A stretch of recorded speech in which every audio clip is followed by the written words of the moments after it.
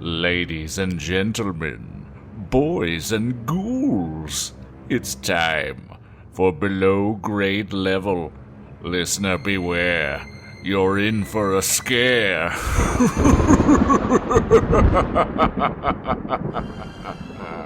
Hello and welcome to Below Grade Level, the show where we take the books that we read as kids and read them as adults and ruin them. I'm one of your hosts, Jonathan Eaton, and with me as always is Bekah Eaton. Hello. And Chris Zaleski. Hello. And that's it. There's no guest on this penultimate episode of Christopher Pike's Chain Letter, and it's also been a month, I think, since we recorded the last episode. So if you're listening to this as we've been releasing them, we apologize for the break. We didn't intend for that to happen, but life happens. That's what we get for cranking through this shit during the holidays. Because if Thanksgiving wasn't bad enough, everyone also just gets sick. Yeah.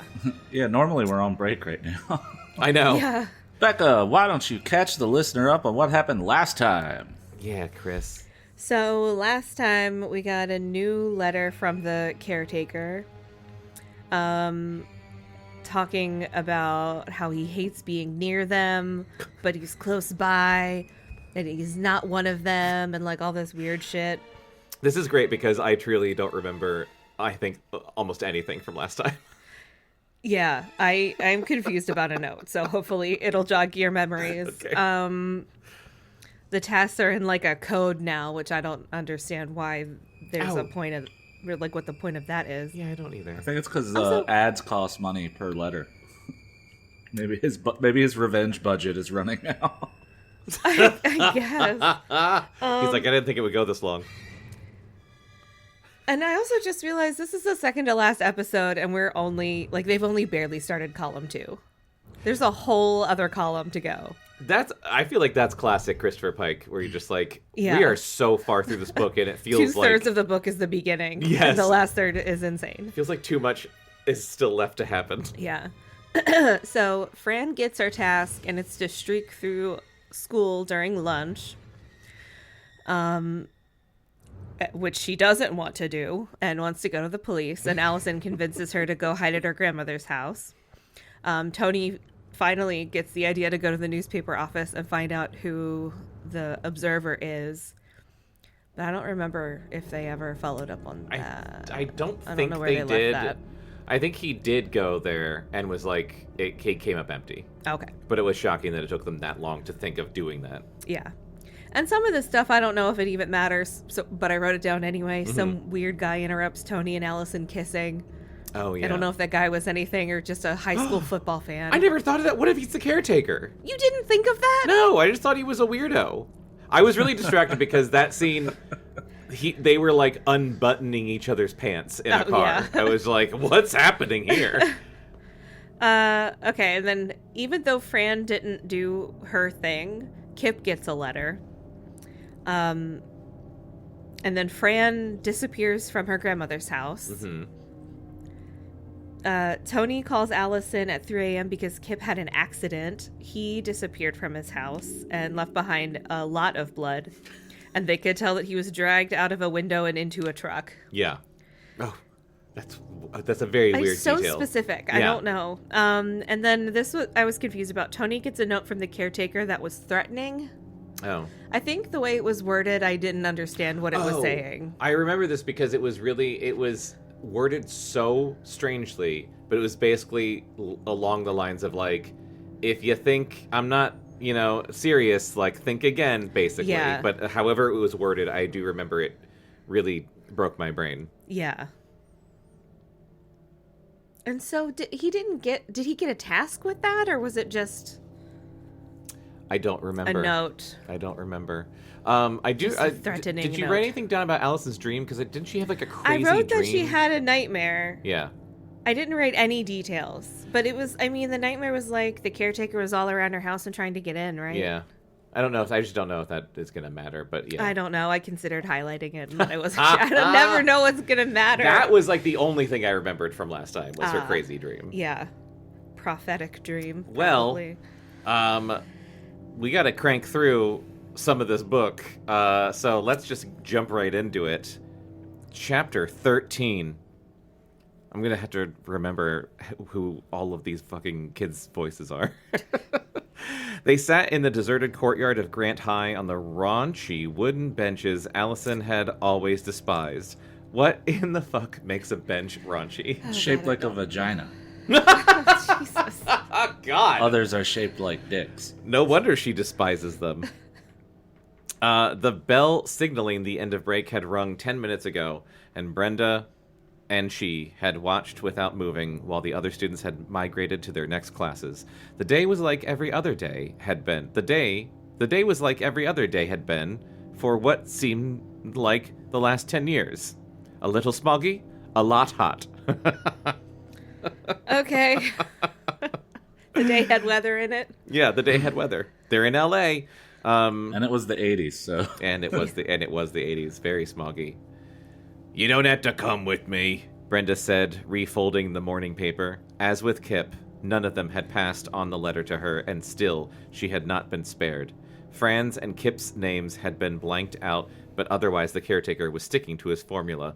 Decoded, the ad in the paper read, BP, tell every teacher, school, go to hell.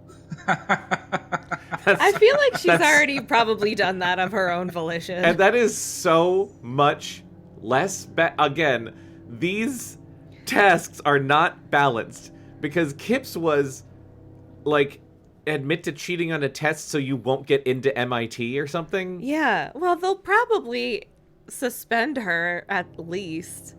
Yeah, but also, yeah, no, it's not the same. It's not the same. Also... Or streaking. There's gotta be, like, I don't know, 20 teachers at least? That Yeah. might be a conservative estimate. Is she gonna, like... It's just a lot of, just, like, pop your head in, like, hey, go to hell.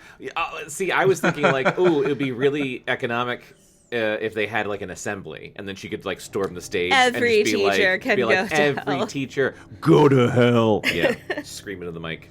Oh, man, she'd become a hero. Yeah. She would. Seriously, this would make her awesome. Yeah. In the eyes of most people, other students. Yeah, But still. not the teachers. I bet there's, like, a couple teachers who'd probably be like, Brenda. Not Brenda. Brenda had spent the last week in a trance after learning... This is unrelated to anything. I just remembered, did I tell you several days after I was taking the spines off that cactus, I found a little cactus spike in my thumb? No. I was in the shower and, like, something was red and, like, hurting my thumb. And there was a cactus spike in there. It had been there for a Jesus. couple days. And somehow I didn't notice. The next... Man. Twice now I've made hot sauce with cactus pads that we bought at H Mart, and you have to de-spine them. And Bekah has de-spined them both times. And I'm so sorry, because it seems really painful. It looks like it'll be easy, and then it's not. Yeah. Like, the big spikes are easy. It's all the little hidden invisible spikes that stay in your flesh and get everywhere. For days. For days. Sorry. We wanted the sauce to be spicy, not spiky. Oh, shit, Chris. Well, it's on theme, because remember how they killed a guy in the desert? Cactuses. Full circle. Yeah. Brenda had spent... Tumbleweed hot sauce. Tumbleweed hot sauce. Made with real tumbleweeds. Brenda had spent last week in a trance after learning the circumstances surrounding Kipp's kidnapping. That's hard to say. Oh, right. They were dating. Oh, They They are dating. They If are. he's alive. They might have been dating. Yeah. He's Depending probably alive. I'm sure. She was a fair actress, but Allison, I just thought of another thing, and don't write this down. This isn't a theory. Uh-huh. But I can't remember. Have you seen the horror movie April Fool's Day? I don't know. Chris, you've seen it, right? I'm not sure. Spoilers for the movie April Fool's Day. It's like 40 years old. It's a really great horror movie from the 80s in which this girl invites all of her friends to her, like, isolated house on an island for a birthday party. And I think her birthday is on April 1st. And then they all die, like, one by one. It's like a slasher movie. But then the twist is, at the very end, it's been a giant April Fool's prank. And they're all alive. So, like, at the very end of the movie, the last girl standing, like, goes into the parlor, and they're all just sitting there calmly, like nothing happened. And I was just thinking, like, what if that's where this is going? Like, they all, like... Wasn't that what that Fear Street book was Or did they die? Party games? Party games? Games. Wasn't that Party Games, kind of? That was half of Party Games. Okay. Because the first half of Party Games was basically that. Mm-hmm. But then the second half of Party Games was a kidnapping plot. All I remember from that book is the bone ladder. Bone ladder, yeah. That's all I remember. Yeah. I remember someone was... And wasn't there a video game also that was similar? Wasn't it Rami Malek? Oh, Until Dawn. Yeah. Yeah. Wasn't that something like that? I didn't play it because it looked scary. I kind of think so, but then Until Dawn had that problem that a lot of shit has these days where it's like, you can't... Until Dawn has the same problem that American Horror Story has, and that, in my opinion, the fucking It TV show currently, Welcome to Derry, has, which is too many different horror ideas, and that decided to put all of them into one thing instead of picking one and doing it good. Gotcha.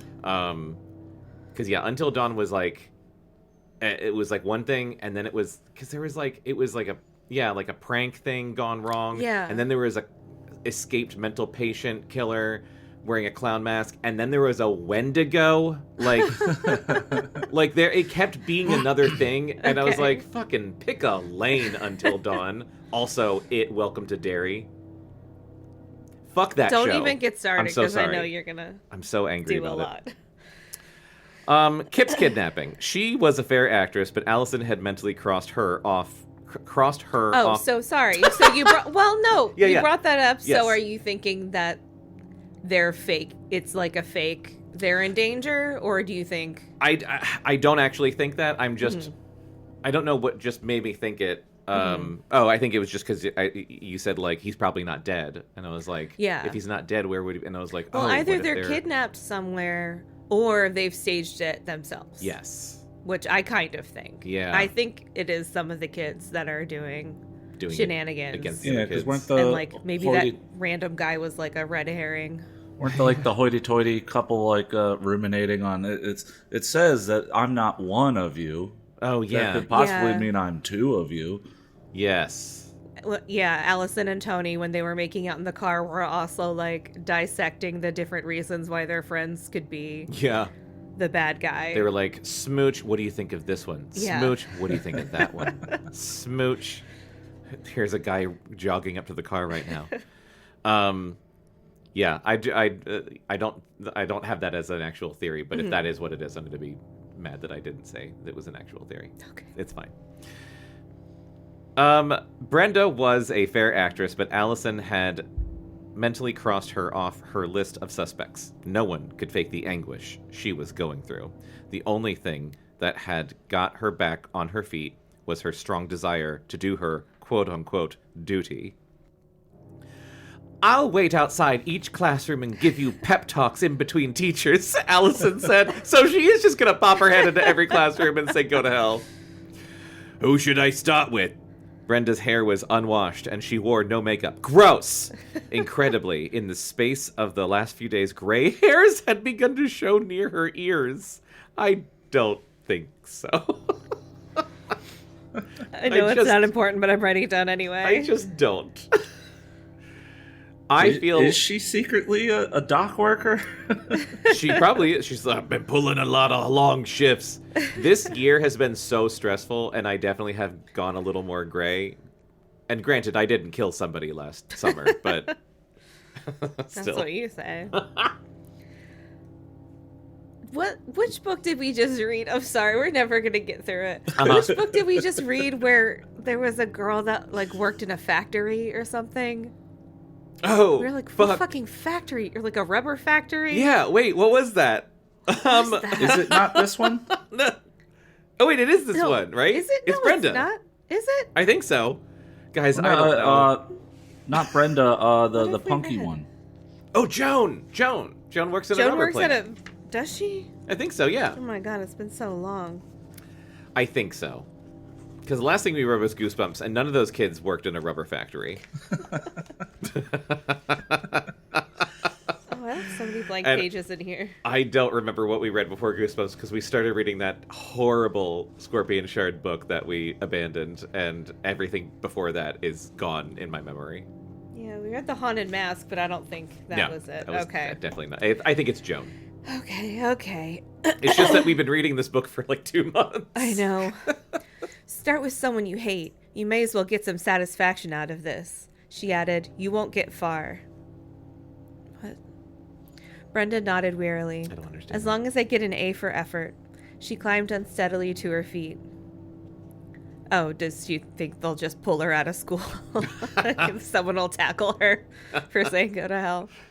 Let's go to Mrs. Franklin's art class. That bitch gave me a D on a pretty giraffe I made my freshman year. A giraffe I made, not painted or drew. I know, I'm like, made out of what? A giraffe. I made a paper mache giraffe and I got a D. And also, it sucked, I guess? Yeah. Its neck was too short. It was just like on its shoulders like a horse. It looks like a sick horse. Yeah. Waiting outside the door, Allison anticipated a loud commotion a few seconds after Brenda's entrance, but she heard nothing, and when Brenda reappeared a minute later, her expression was a little changed. The moron just stared at me like she didn't understand, she explained. The class was too busy painting to notice. They went to Mr. Cleaner's history class next. Young and precise and as bald as an egg. Cleaner's the way he had I'm made fun of Brenda's imagining choice it. of lipstick her junior year. Yes. Mr. Cleaner, who Mr. it Cleaner sounds like and he is looks bald. like Mr. Clean. Yeah. Fuck. Is that a nickname or that's his Christian name? Also, name like, is- why didn't he make him the janitor?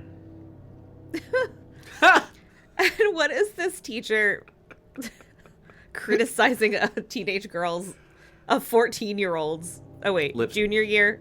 The 15-year-olds' Lipstick. lipstick. Well, it is Christopher Pike. He is really obsessed with their mouths. That's true. Also, we don't know how bad the shade was. That's true. Yeah, could it have would been really very bad. unflattering. Like, What was like this, a- 86? yeah, what would it have been? Like bright pink? Like a bright pink, maybe a purple. Yeah, I don't know. Blue. could have been. Could have been. Yeah. Could have been orange. The name of the shade was Drowned. Oh, God. Laura Palmer. He was not one of her favorite people. This time, Allison kept the door open a crack. It was terrible of her, but she really wanted to see the look on the teacher's face. Brenda had not made it all the way to the front when Mr. Cleaner broke from his lecture and said, sounding slightly annoyed, "Yes, Miss Paxson, what can I do for you?" Brenda cleared her throat. "I wanted to tell you that you can go to hell." The class went very That's so still. polite. I know, there's no I didn't mean to exclamation. interrupt. I just wanted to tell you. Yeah, there's no exclamation point. Just matter of fact. Just wanted to tell Wanted to you. let you know. Go to hell. Mr. Cleaner frowned and scratched the top of his shiny head. "Are you preaching or what?" It sounded like this. "Are you preaching or what? This is hardly the time for it." No, I'm not trying to save your soul. I'm telling you that you can go to hell and that I hope you do." He responded briskly. "In that case, you can go to hell yourself. And while you're at it, get the hell out of my class." Awesome. The kids started laughing. Red-faced, she had not got the best of it. Brenda turned and ran for the door. Allison took her by the arm and pulled her outside and around the side of the building, where they hid between the bushes. Okay, I'm so sorry to interrupt yet again, but Brenda's doing the same fucking thing she did last time, which is not stopping. Like, she already did the... Yeah, All going it's- above and beyond. Yeah, all it says is tell each teacher to go to hell. It's not like, tell each teacher to go to hell and, like, really make sure that they know. Like, really, But like, hammer I know, it in. it sounds really cathartic for her. It sounds super cathartic and also really easy. Just be like, go to hell and run away. Done. Like, if this was maybe Fran, if this was like a really good student, Yes. really polite, nice girl, like a Marianne from Babysitter's Club that had to tell all the teachers to go to hell, Yeah. that would be a punishment. It feels like Brenda's just like being Brenda, just a little extra, you know? Yeah. "At least he won't report you to the principal," she said. Brenda gave a wan smile. "I think he was glad I stopped by." Miss Fogelson was the next victim, a grossly overweight lady in her mid-30s. She Cool. taught English literature and made it seem like a foreign language class. No one liked her because unless you read and reported on Moby Dick and Tale of Two Cities and similar classics, she thought you were a tasteless waste who certainly deserved a poor grade. Once again, Allison held the door slightly ajar. Miss Fogelson was grading papers while her senior class was pretending to read Hemingway and Dickens. All was quiet. Brenda had reached the front desk when Miss Fogelson, without glancing up, said in her crass voice, "Yeah? What do you want?" "I want you to go to hell," Brenda said, loud and clear. Miss Fogelson's right hand twitched and her red pen dropped and rolled off the desk and fell on the floor. She had a heart attack. Allison felt a nasty tickle of pleasure. Miss Fogelson looked at Brenda in amazement. "What did you say, young lady?" "You heard me. I told you to go to hell." Once again, going further than she needs to. Yeah, seriously, again, you don't need to repeat yourself, Brenda. She One and heard her done. all right. Her fat neck began to swell up like a red balloon. Or a bullfrog. The class put down their books and watched. "How dare you?" Miss Fogelson said furiously. "I'm just speaking for all of us kids," Brenda went on, getting revved up. Allison did not cringe as she had with Mr. Hogland. Then the poor man had been innocent, and back then there had been a chance Brenda would get off clean. Today, she was doomed before she started. Best to get it over with and have it done with. She gestured dramatically. "We all hate you. You have lousy taste, no patience, and you're ugly. You should be a character in one of those boring books you make us read. Then we could rip out the pages you're on and wad you up and throw you in the garbage where you belong." Good God! Miss Fogelson climbed to her elephant legs, and her mouth dropped open wide enough to swallow in one bite the donut she had on a napkin on her desk. Wow. You cannot say these things. You will be severely punished. Ha! Brenda snorted. Take me to court. Any jury will be able to see you're the fat slob I say you are. This is a free country. I can call a pig when I see Jesus it. Pig! Christ. God damn. Brenda, move. You have 17 more teachers. Oh, it just goes on. Gyrating like a rippling bowl of jello, Miss Fogelson what is this, a Neil Shusterman book? appealed to her class. Steve, Roger, get the principal, get the security guard, get her out of here. Didn't they have intercoms? Arrest her. Teachers don't have intercoms though. Like teachers can't something. like that's in Like like page the the president. office, the head office or whatever. Principal. Well, I know, but there was like a little box in our classrooms where they could do something with Oh, it. I don't really? know what the fuck Yeah, it was. they could call the office. Maybe, Oh, I yeah, don't know. yeah. We didn't have no fancy intercoms in private Catholic school. You just prayed to Jesus. We just prayed to, yeah, Jesus was our intercom. Hope he relayed the message. We held crucifixes up to our mouths and we're like, breaker, breaker, come in, Lord. Yeah, instead of over, you say amen.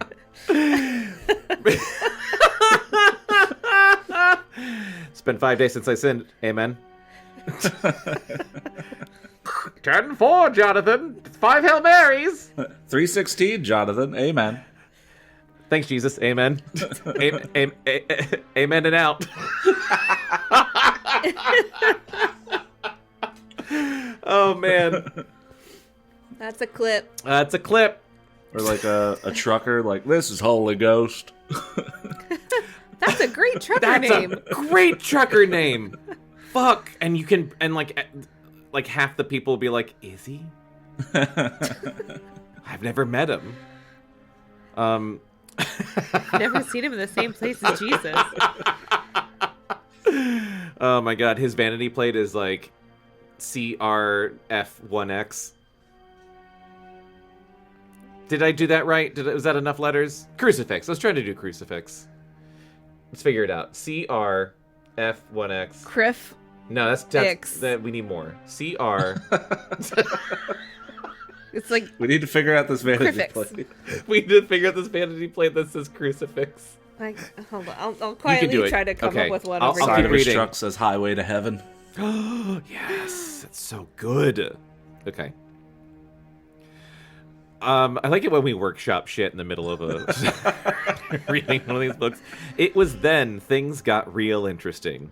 They didn't have to, though. She could have just left. A short, black-haired boy whom Allison recognized, but whose name she could not place, stood in the back and said with a straight face, "Miss Fogelson, I don't believe that Brenda has done anything that can be called illegal. She is, after all, only expressing an opinion. And who knows? There may be some merit in it. I suggest we listen with an open mind to whatever she has to say. And don't get upset. I got it. I did that voice. I wasn't listening. Oh. I nailed the license plate, though, I think. I did that voice because it was saying that he said this with a straight face. But, like, the more I read that sentence, the more I was like, this is the correct voice to say this weird shit in. What is it? What's the vanity plate? I did CRZ1FX. CRZ? Like, cruise Cruise effects. effects. And it could be, like, cruise effects, like a car. Oh, man. That's so good. Thank you. He's Not out there even somewhere. The Holy The Ghost. Holy Ghost? Righting wrongs in my travels. Oh, my God. He just felt his ears itch And when we're talking about it. He's like, Jesus doesn't need to take the wheel. I already got it. I'm the Holy Ghost. This kid sat down without cracking a smile. He's so serious. He was completely serious about that. The class went fucking berserk. They did not merely start laughing as they had in Mr. Cleaner's room. They positively freaked with pleasure. Falling out of their chairs, jumping up and down, even throwing things. Miss Fogelson was like a thermometer thrust into fire, the red blood swelling in her head, ready to burst. It was Brenda who waved for order. I do think she's going to give someone a heart attack. "Let's take a vote," she shouted. "All those who think Miss Fogelson's worth a damn, raise your hand." Whatever hands happened to be up came down. "See?" Brenda pointed at the teacher. "I told you I speak for the masses. You're out of it, lady. You should roll your fat ass down to the administration building this minute and hand in your resignation." She bowed to the applauding class. "Thank you for your time." God. Tip your waitresses. Allison caught her, or tried to catch her. Brenda came storming out the door as she spun into the locker room, leaving a riot at her back.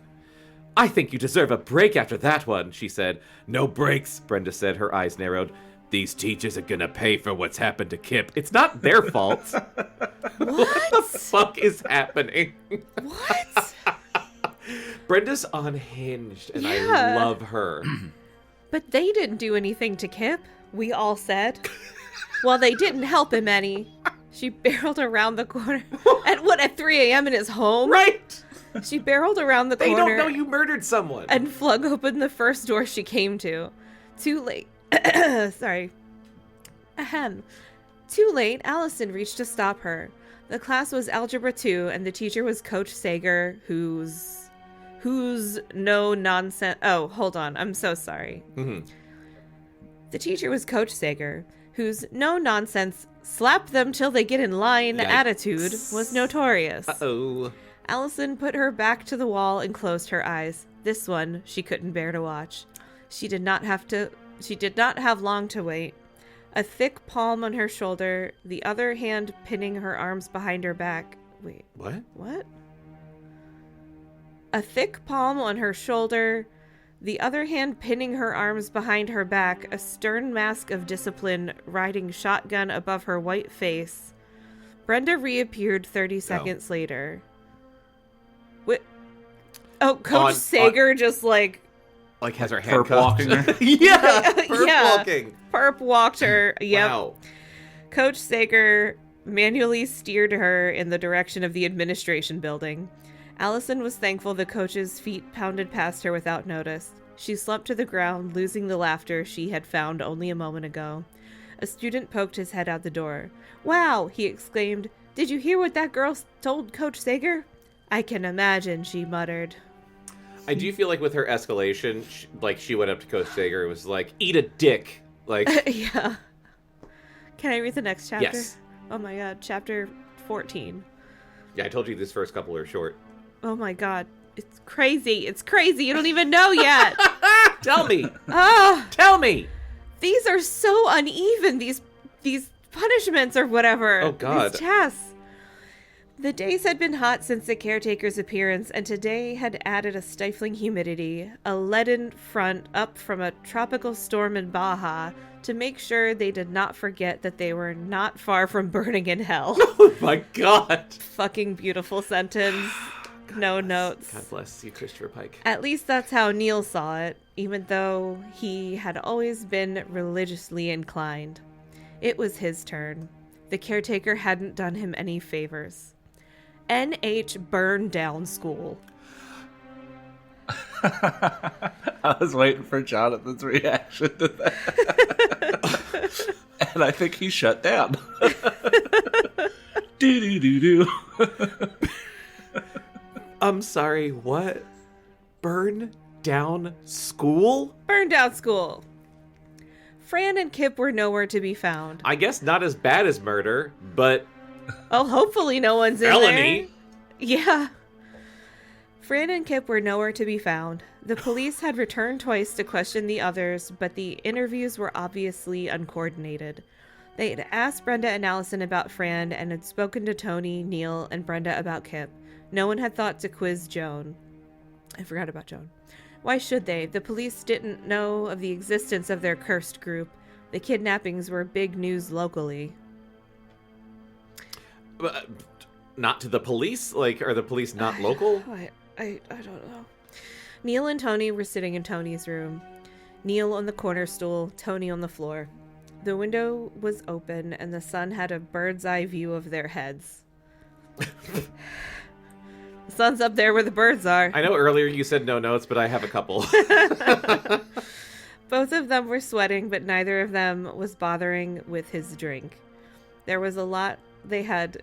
Do you think he was drinking that lemonade again, or do you Yes. think he's like put off it forever after drinking it with a bunch of codeine in it? Oh no, I think he's still Codeine, into, whatever it's called. Yeah, I think he's still into it. I don't blame the lemonade. He's just like The lemonade's the real victim in all of this. Yeah, He wants it's to not the support that lemonade's dairy. fault. Yeah, I just don't let it out of my sight now. Yeah. I buy it and it goes straight from their hand into my mouth. Where am I? There was a lot they had to talk about, but they were letting it wait. Tony wished he could shut off his mind as easily as he could his mouth. He kept rehashing the events that had brought them to their current dilemma, trying to find the turn he had missed that would have taken them all to safety. Instead of hitting that guy. I know. Right? Like, left instead of right, or Yeah. whatever you did. Yeah. That was pretty much the last time you could have done anything about it. But the only exit he could see was the obvious one, Neil's trapdoor. Confess and face the consequences. Yep. Now, with the caretaker's last threat, even that way was blocked. How is Brenda? Expelled, grounded, depressed, and alive, Expelled? That seems harsh. Neil I answered. don't know. I think that's about expected. Tony half smiled. In order of importance? No. It was a joke. I'm sorry. It wasn't funny. He wiped at his face with his damp t-shirt. Ew. For a moment, he considered calling Allison. Smelled Their like romance had been put on hold since the pints of blood. The police had confirmed that it had been human blood, had soaked through Kipp's bedsheets. That was just worded very weird. There's a period at the end of that. He wanted to be big and strong in front of her, and he had nothing to offer that would make him appear that way. And he wanted to be with Neil. How's your leg? Sore. You still don't have enough money to get it fixed? How? Neil took a sip of his orange juice and coughed. My mother's gone to Arkansas to visit her brother. The strain was wearing her out. I gave her what money I had. How does she feel the strain we're under? She feels it, was all Neil would say, putting his lips to the glass for another drink. Tony could see every bone in his jaw through his pallid skin. Neil would soon be a skeleton. If he lives that long, Tony thought shamefully. You wanted to get her out of the way in case something happens to you, didn't you? I think we're all going to live long enough to be a skeleton. Nothing's going to happen, sweet baby Neil. I'm not leaving your side. Neil pressed the cool glass against his cheek and closed his eyes. I'd rather be alone. It's strange, but I don't feel as afraid when I'm alone. Not anymore. It's so sad. I know. He opened his eyes. But you can give me one of your father's guns. Oh! Tony nodded. He had already lifted one from his dad's collection and hidden it under his bed. Cool. But rather than Guns will definitely help Reaching the for it. situation cool down. Yeah, definitely. reaching for it, he picked up a Bic lighter instead, striking the flame up to maximum as if they really needed more hot air. He was staring at the flame when he said, "It could be done." "No. We have a small pump in the garage. I could take my car from gas station to gas station and use the pump." Oh, he's talking about burning the school down. Yeah. Wait, who's talking? Is this Neil? I don't know. I think Tony. I thought it was Tony. God damn it. He needs to protect sweet baby Neil. I know. Oh, okay. So Tony nodded. Yes. It is Tony. "I could take my car from gas station to gas station and use the pump in between stops to siphon the fuel into a bunch of old 5-gallon bottles we have out back.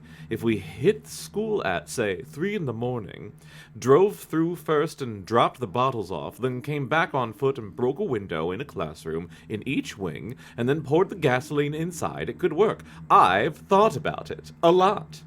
Also, haven't every single one of these tasks been school-related? What are they going to be if the school's burned down? That's interesting. They have all been school-related. They've all been school-related. Interesting. I hadn't noticed that. Yeah. I wonder if that means anything. I don't know. When everything's set, I could take a flare and a box of 4th of July sparklers and make one mad dash around the campus. The place would be an inferno before the first fire truck could get there. "No. I'll do it myself then, damn it." Neil sighed, wiping his thinning hair out of his sunken eyes. "And what will you do for me when I'm in column 3? The question was as honest as it was fatalistic. Tony leaned his head back and stared at the ceiling. The worst thing was this waiting and doing nothing. No, that was the second worst. Neil's refusal to blame him ate at him more than anything the caretaker had dreamed up. "I got you into this predicament. I'm going to get you out of it, at least for this round. I'm burning the blasted place down. It deserves it anyway." Neil said nothing. Frustrated, Tony threw the Bic lighter at the door, half hoping it would explode, but that's not how Bic lighters work. If you throw them at the ground hard enough, they explode. Really? Yep. Why would you tell me that? Why would you tell me that? I don't How do think you not that's know true. that?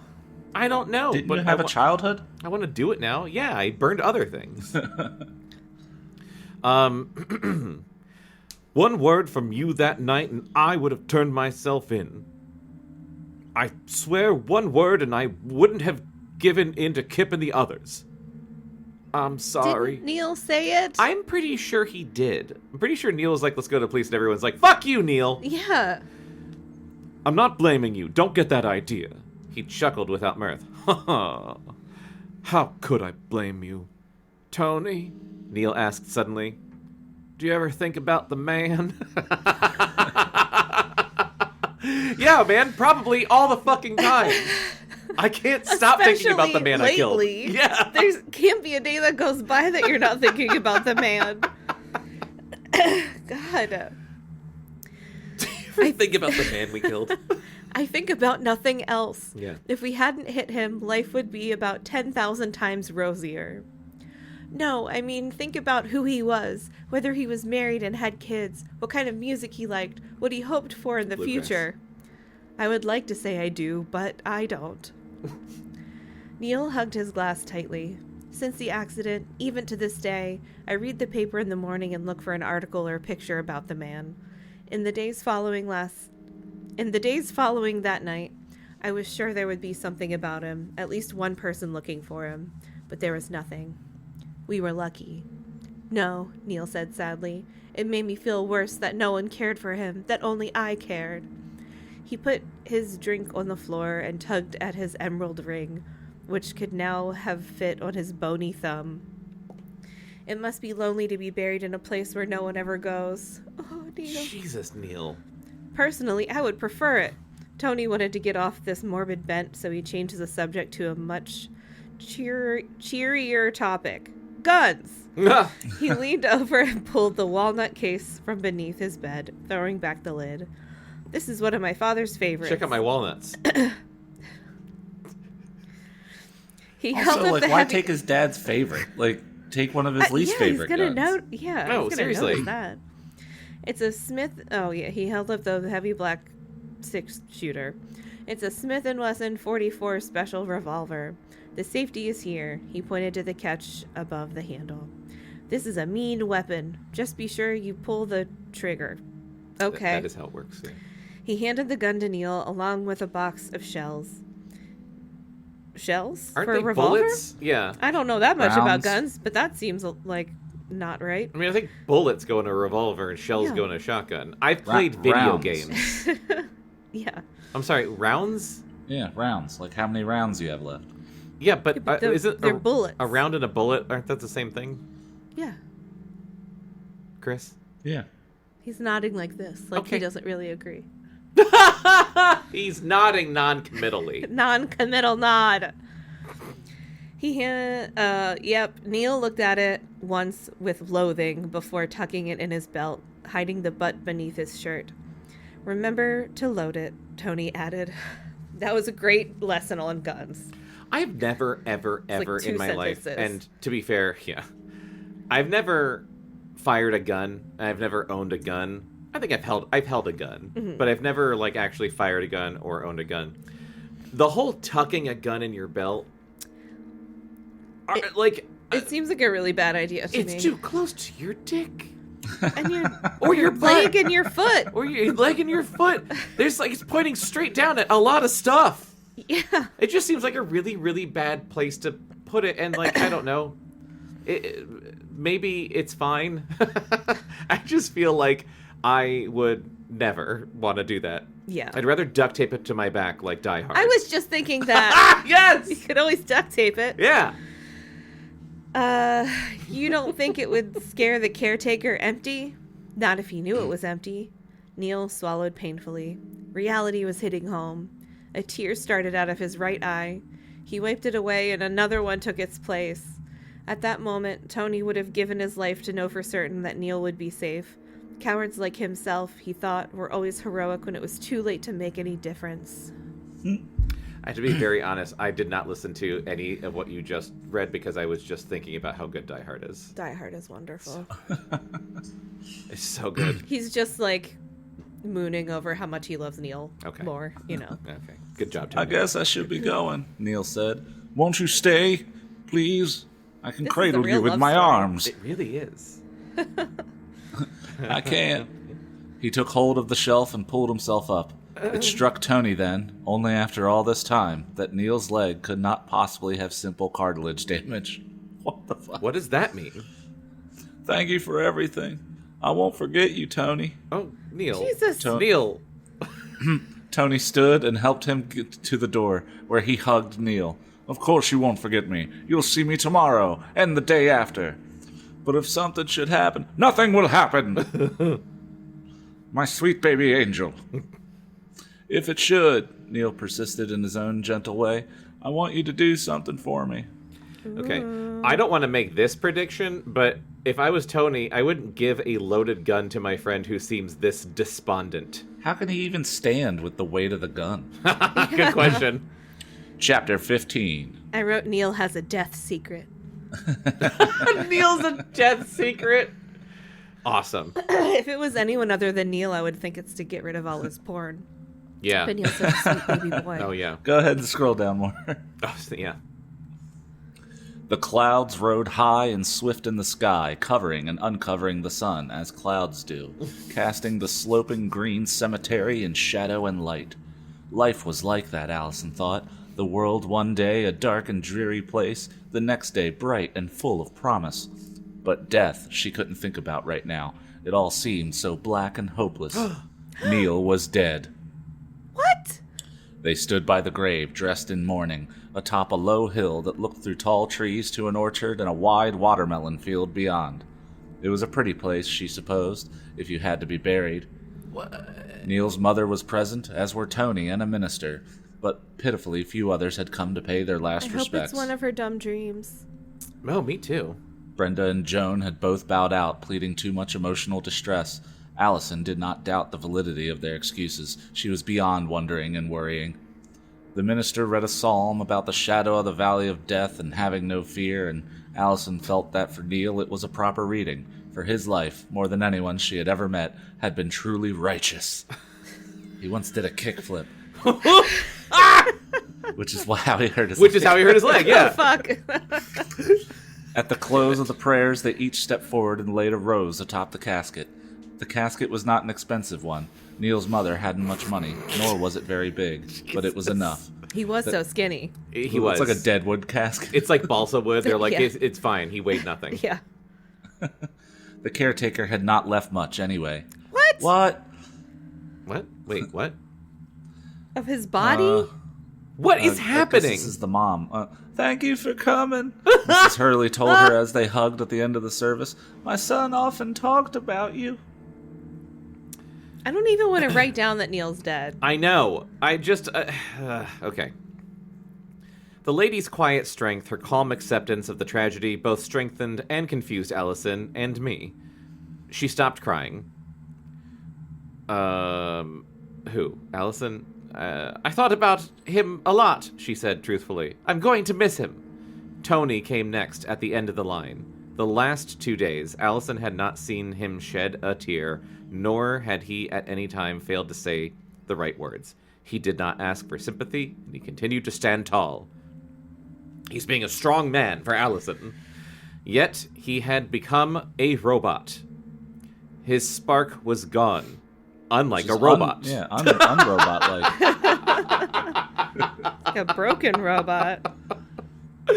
Perhaps it would be gone for a long time. If there's anything you need help with at the house, he said, embracing the tiny, gray-haired lady whose eyes were as green and warm as Neil's had been, let me know. That had been a minor slip, though an understandable one. There What? wasn't a Hurley house anymore. Fuck, what happened? Mrs. Hurley nodded kindly. Please walk me to the car. I would like to speak with you and your girlfriend. Oh, it's not like that. Oh. Allison would have preferred not to have been invited. Though on the inside she had felt drawn to Neil, she had not really been a close friend. Allison, you suck. If it's just like, it's fine. We weren't that close. Yeah. I don't want to help his mom. When I really think about it, I don't like grieving mom. anybody. Yeah. His grieving mom. Ugh. If his mother was going to bring up sensitive, sentimental memories, Tony alone would be the right one to share them with. Ugh. But she could not very well say no to the lady. I like that it keeps calling her this lady. Yeah. Fucking grieving lady. And she trailed a pace behind as Tony escorted Mrs. Hurley arm in arm to an aging white Nova. I don't know how best to put this, Neil's mother said as they reached the narrow road that wound through the cemetery, the sun, temporarily out, warm on their faces, the overlong grass rippling in green waves in the shifting breeze. When I received the call at my brother's place in Arkansas, where we're from, if you can tell by my voice, that our home had burned to the ground and that Neil had been caught asleep in bed and had perished in the flames, I refused to accept it. So do I. It was staged. I think he and Tony staged it. I thought the officer had the wrong address and that it was the family next door or the one across the street. God forgive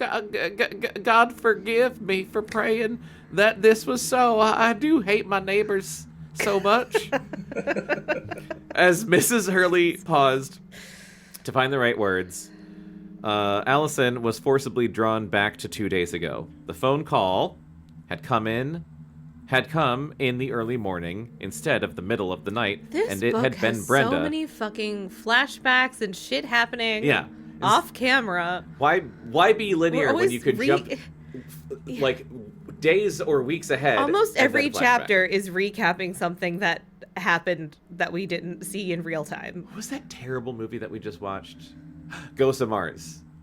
Remember John Carpenter's movie's Ghosts of dog Mars? shit. Yeah. It's awful, and we just watched it for How Did This Get Made, and it is I want to say conservatively 85 to 90% of that entire movie is flashbacks. I mean, it is all like it's one of those things where like it starts at the end, and so the whole movie is being told in flashback. But then like during the entire movie, which is a flashback, there's then like other flashbacks and then flashbacks within those flashbacks, and like characters are constantly talking to each other and then like jumping into someone else's flashback. It's a time hole. It's so bad, and it's crazy that it's John Carpenter. Anyway, and it had been Brenda, not Tony, who had brought the news of the fire. Brenda had rattled off the facts with what had seemed mechanical precision, but which in reality had been emotionless shock. Neil's home was a smoldering ruin. So far, the firemen going through the debris had found only one body, the charred and scattered pieces of a skeleton of an individual approximately 5.5 feet tall, who had worn an emerald ring on his left hand. All the evidence was not in, but the fire marshal was inclined to rule out arson. There were no signs that combustibles such as gasoline or kerosene had been involved. The blaze appeared to have started in the kitchen, probably triggered by faulty wiring, and it must have spread quickly to have caught the resting occupant, as the expert had called Neil, totally unaware. It was the gentleman's opinion, Brenda said, that Neil had probably not even awakened. I bet you he did. Yeah. I bet you the second he caught on fire, he woke the fuck up. Probably. I think that gentleman was being very nice to you, Brenda. Well, it's also possible that the smoke inhalation could kill him before the fire actually reached him. Yeah, that's true. Okay, maybe it wasn't staged if there's a skeleton. I don't know where else they would get a skeleton. The morgue. I don't know. Party I City. really don't. I truly, really don't know what's happening. I don't either. I'm on the edge of my To be seat. this late in the book, I really have no firm theories whatsoever. Yeah. Listening to the account, Allison had felt a corner of her begin cracking, the tight place where she had hemmed in the panic that had been growing since the caretaker's first letter. Released, the fear had rushed through her like an icy wave, leaving her shivering but strangely unafraid. She had probably felt that now, with this murder, things could get no worse. Remember, you have been told. From the caretaker. Okay. Yeah. Each passing day inevitably decreased Fran and Kipp's chances of being alive.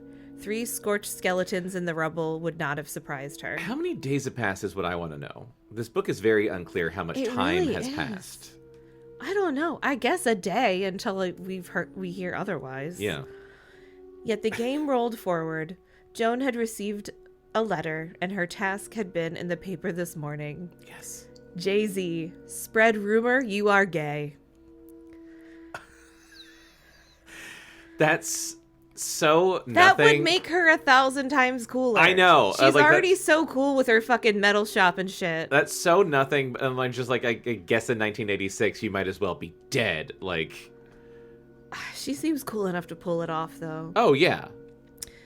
Joan had been prepared to model naked in the mall, slap the principal in the face, and burn down the whole city. This demand, however, she simply could not meet. Really, Joan? She was sleeping with a police-trained German shepherd, her bedroom windows covered with shutters that had been... Oops, I made it blue again. I was trying to click on it like it was a Kindle.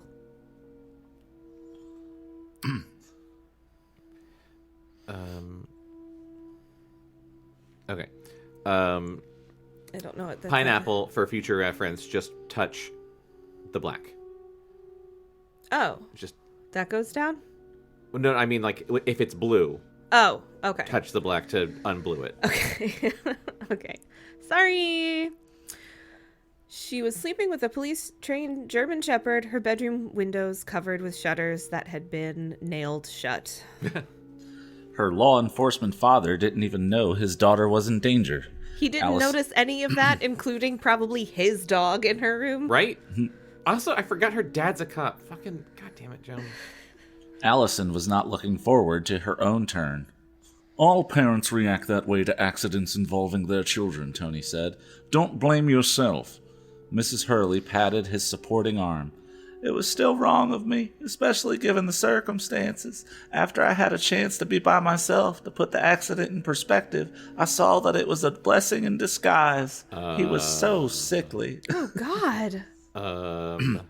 What? God's will, fate, destiny. Allison could see it coming. Nevertheless, she nodded in understanding. Metaphysical rationalizations were a comfort this poor woman deserved, and she was not going to argue with her personal philosophy at a time like this. A minute later, however, she realized she had totally misjudged the lady. I'm afraid I can't see it that way, Tony said. Because Neil never told you the truth, Mrs. Hurley said, Probably. glancing in the direction of the lonely coffin lying beside the pile of brown earth that had seconds ago lost its green plastic cover to the wind. A brief shudder shook her. Around the curve of the bluff, a worker waited impatiently in his tractor. He was probably supposed to be out of sight, but the message was still clear. They were in a hurry to get the body in the ground. Jesus Christ. Lost my place. Mrs. Hurley continued. He didn't want your sympathy. He didn't want you treating him any differently in the time he had left. Remember once you were at the house, Tony, and the two of you were going to see a movie? Neil was broke and I was behind on the bills that month. You offered to take him, but he wouldn't even accept a couple of dollars from you. You remember how proud he was in that way? I think that's one of the reasons he kept his illness a secret and made up those stories about having diabetes and cartilage damage. He couldn't totally hide what was happening inside his body, but he thought he could camouflage it with lesser complaints. I went along with his wishes, but it was hard. Harder than I can say with words, especially toward the end when he was in so much pain he could barely walk. What the fuck is going on? What are you saying? Tony whispered. Yep. Neil had cancer. It started in his leg. Those weeks when he was out of school, that's when he was receiving chemotherapy. That's why he lost so much weight. The doctors tried, but it just spread everywhere. The last x-rays they took showed tumors in his brain. She bowed her head. Neil. You see how I could be grateful for this accident? I can't, actually. At least he doesn't hurt anymore. That's fucked up. She broke down, and then Allison wept with her. Filled with shame for all the time she had been with Neil, watching him deteriorate before her very eyes and not once stopping to ask him or herself if he was okay. Yeah, it's almost like you're a bad person. She's a terrible friend. She's a really bad friend.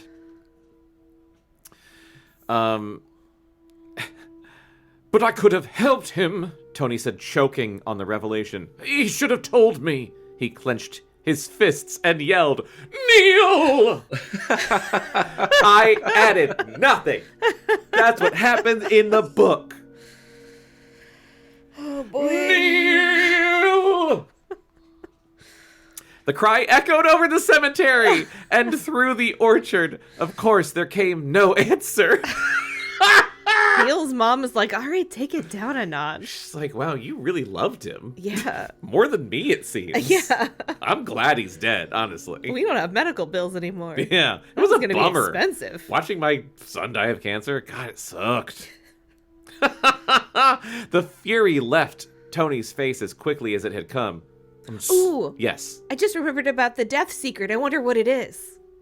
Because he's dead. And it wasn't I have cancer. But he said he had something to do. Like, gave yeah.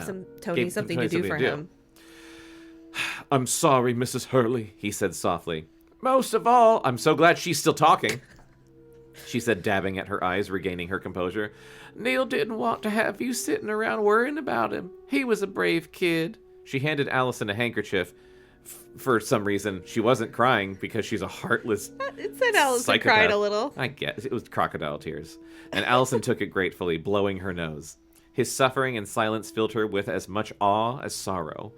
When she's like, God, I wish I had cancer. I could really milk that. When she had a cold, she called all of her friends and cried on their shoulders. Yeah. Neil had I taught... do the same. I do not suffer in silence. No. Yeah. You'll all know when something's wrong with me. Me baby. Neil had taught her a lesson about nobility that she would never forget. Tony offered to drive Mrs. Hurley to the home of the friends she was staying with, but she refused, reassuring them that she would be all right. They watched her drive away in silence. With a wedding, you could always throw rice, but there seemed to be no good way to end a funeral. I love you, Christopher Pike. That was awesome. Okay, brainstorm. Yeah. What could you throw at a funeral? Ooh. Besides dirt. Besides dirt. Which they do. You Which throw the they dirt do. on You the do throw the dirt on dead the person. coffin. What do you throw for the alive people? Ooh, that's a good question. Like, fuck. What do you throw at a funeral? Well, rice doesn't make any sense either for a wedding. Yeah, I don't know what that is. Some tradition. I'm trying to think of, like, what's black? Black jelly beans. Black jelly beans. Just little pieces of coal. Where would you get little pieces of coal? Art supply store, get some charcoal, crunch it up, put it in a bag and hit it with a hammer, and then throw it, and then That sounds expensive. and then you'll have the soot on your hands, and it's a sign that you've been to a funeral. Yeah. It's a new tradition we start. And then you put your palm on your face, like And you look opposite like Lord of the Uruk-hai. Rings. Like yeah. a reverse Uruk-hai. Reverse Uruk-hai. and then everywhere you go that day, it's like Palm Sunday. Someone's just like, Yeah. oh, funeral. You've been to a funeral. You've been to a funeral. It's like the tag in your car, but for your face. Listeners, if you can think of something good to throw at a funeral, write us at cactusrodeo@podcast.com. Nope, other way around, podcast@cactusrodeo.com. Or just leave us a Just comment write it on on YouTube. Yeah, just put it I on don't YouTube. think we ever checked that email. No, I don't.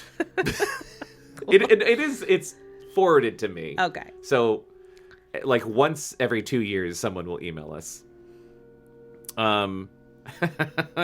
Tony walked her toward his car, which was a respectable distance. He had parked on the far side of the cemetery by the chapel and had ridden to the gravesite in the hearse.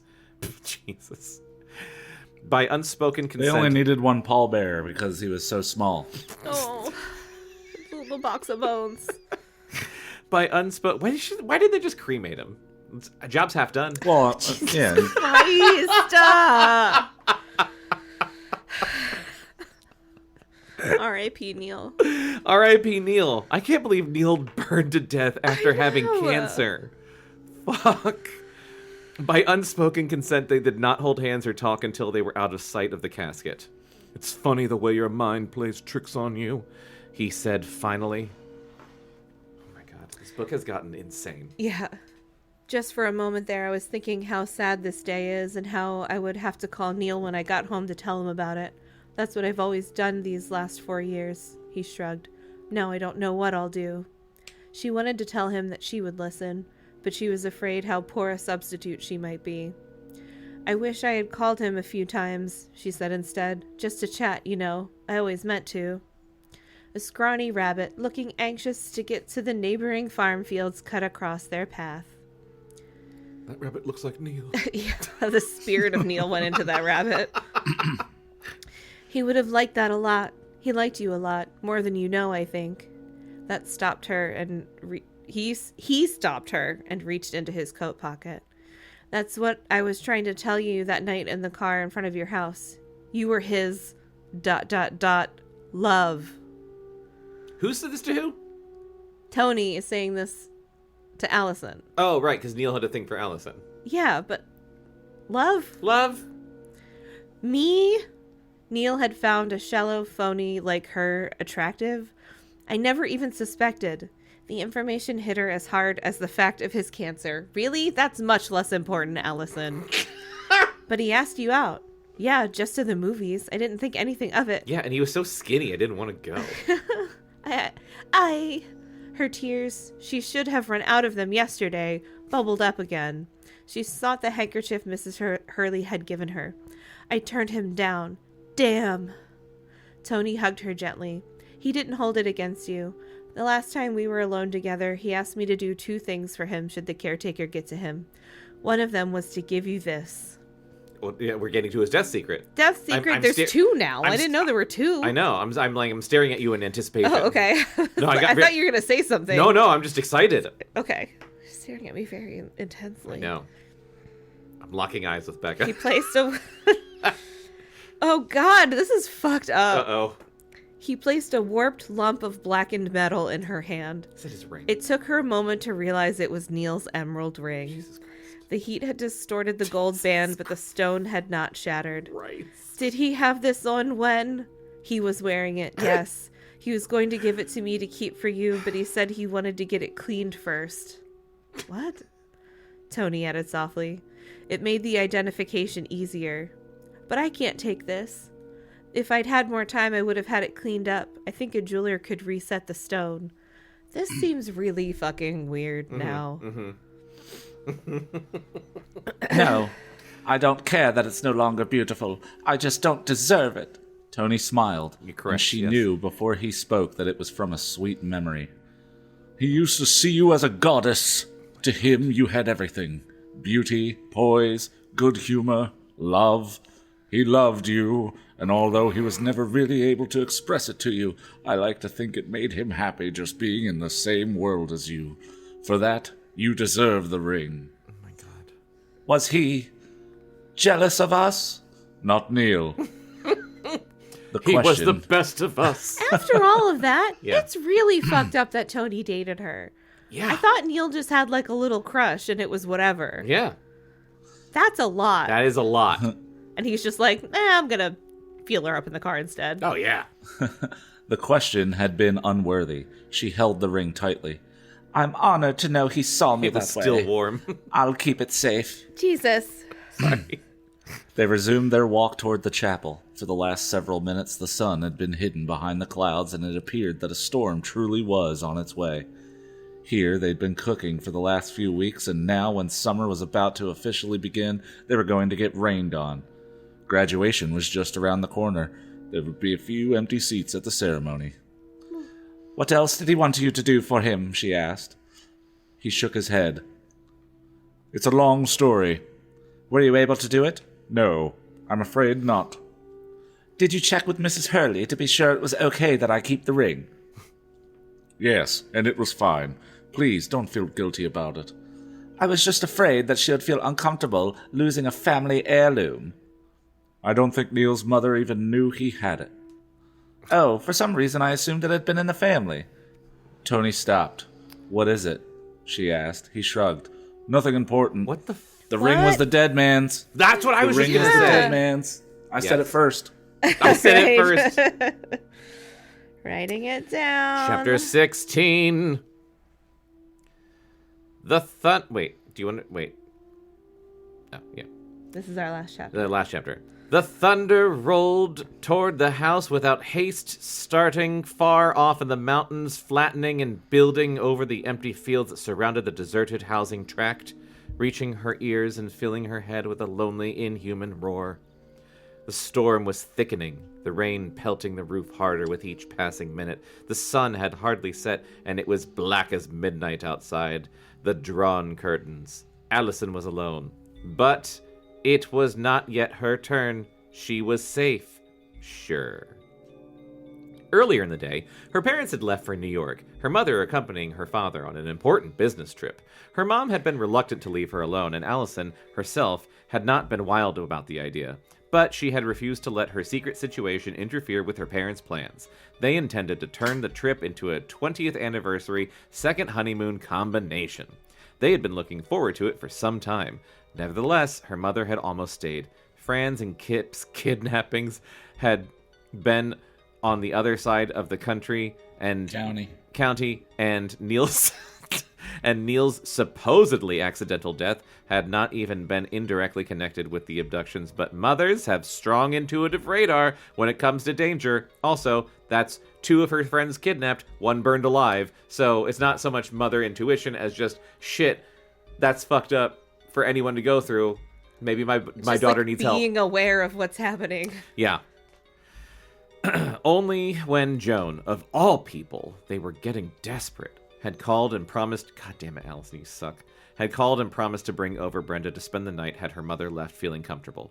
Joan and Brenda would be arriving soon, Allison thought, rechecking the clock, moving magazines from one corner of the coffee table to the other, polishing tables she had polished already, unable to sit still. Oh my god.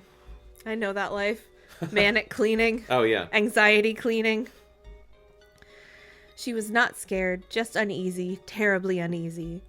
part of the problem was that there were no ceiling lights in these new houses. All they had were lamps. Nice, no big lights. Hell yeah. Dim, yellow, old-fashioned ones that cast as many shadows as they alleviated. Sounds cozy. I do like his sentences sometimes. Yeah. Really a lot. He I didn't mean to make that sound so surprising. No. I really do like his sentences. He's a great writer. Yeah. He's an insane writer. Yes. But I love him nonetheless. Yeah. She contemplated unscrewing a couple of shades, but she didn't want the others to see how much the gloom bothered her. They might laugh. Neil just burned alive. Fucking get over yourself. Searching for something to occupy her mind, she spotted the movie cassettes she had rented yesterday on her way home from school. Aliens. Hold on, I don't know what one of these is. The choices were two extremes, The Wizard of Oz and Emmanuelle. Emmanuelle, that's porn! Oh my god, okay. She had wanted something light and something dirty. Both helped one forget. Right? You're not wrong. Oh, man. I used to watch Emmanuelle on Skinamax. I've never seen Emmanuelle. It's just sounds like sexy. French softcore porn. Okay. Yeah. Too embarrassed about taking off lampshades, ready to watch softcore porn with your two with your girlfriends. two friends, yeah. Since Joan probably wouldn't But none of them are gay. Right? Right? Well, since Pretty Joan... sure everyone in this book is gay. Yeah. Yeah. Since Joan probably wouldn't let them watch The Adventures of Dorothy and Toto, she slipped the fantasy tale into the VCR and turned on the TV, making herself comfortable on the sofa. Yeah, I bet she did. Are you a good witch or a bad witch? I assume is a line from Emmanuelle. Or wait, no, hold on. No, she put it was the Wizard of Oz. It was a joke. It was just a really good joke. Fantasy. I thought fantasy was I also a different kind of fantasy. Oh my god. Cut that out. They did eventually do That was Emmanuelle in amazing. space. Did they? I think Chris, honestly, I think Emmanuelle in Space is the one that I saw. What the fuck is...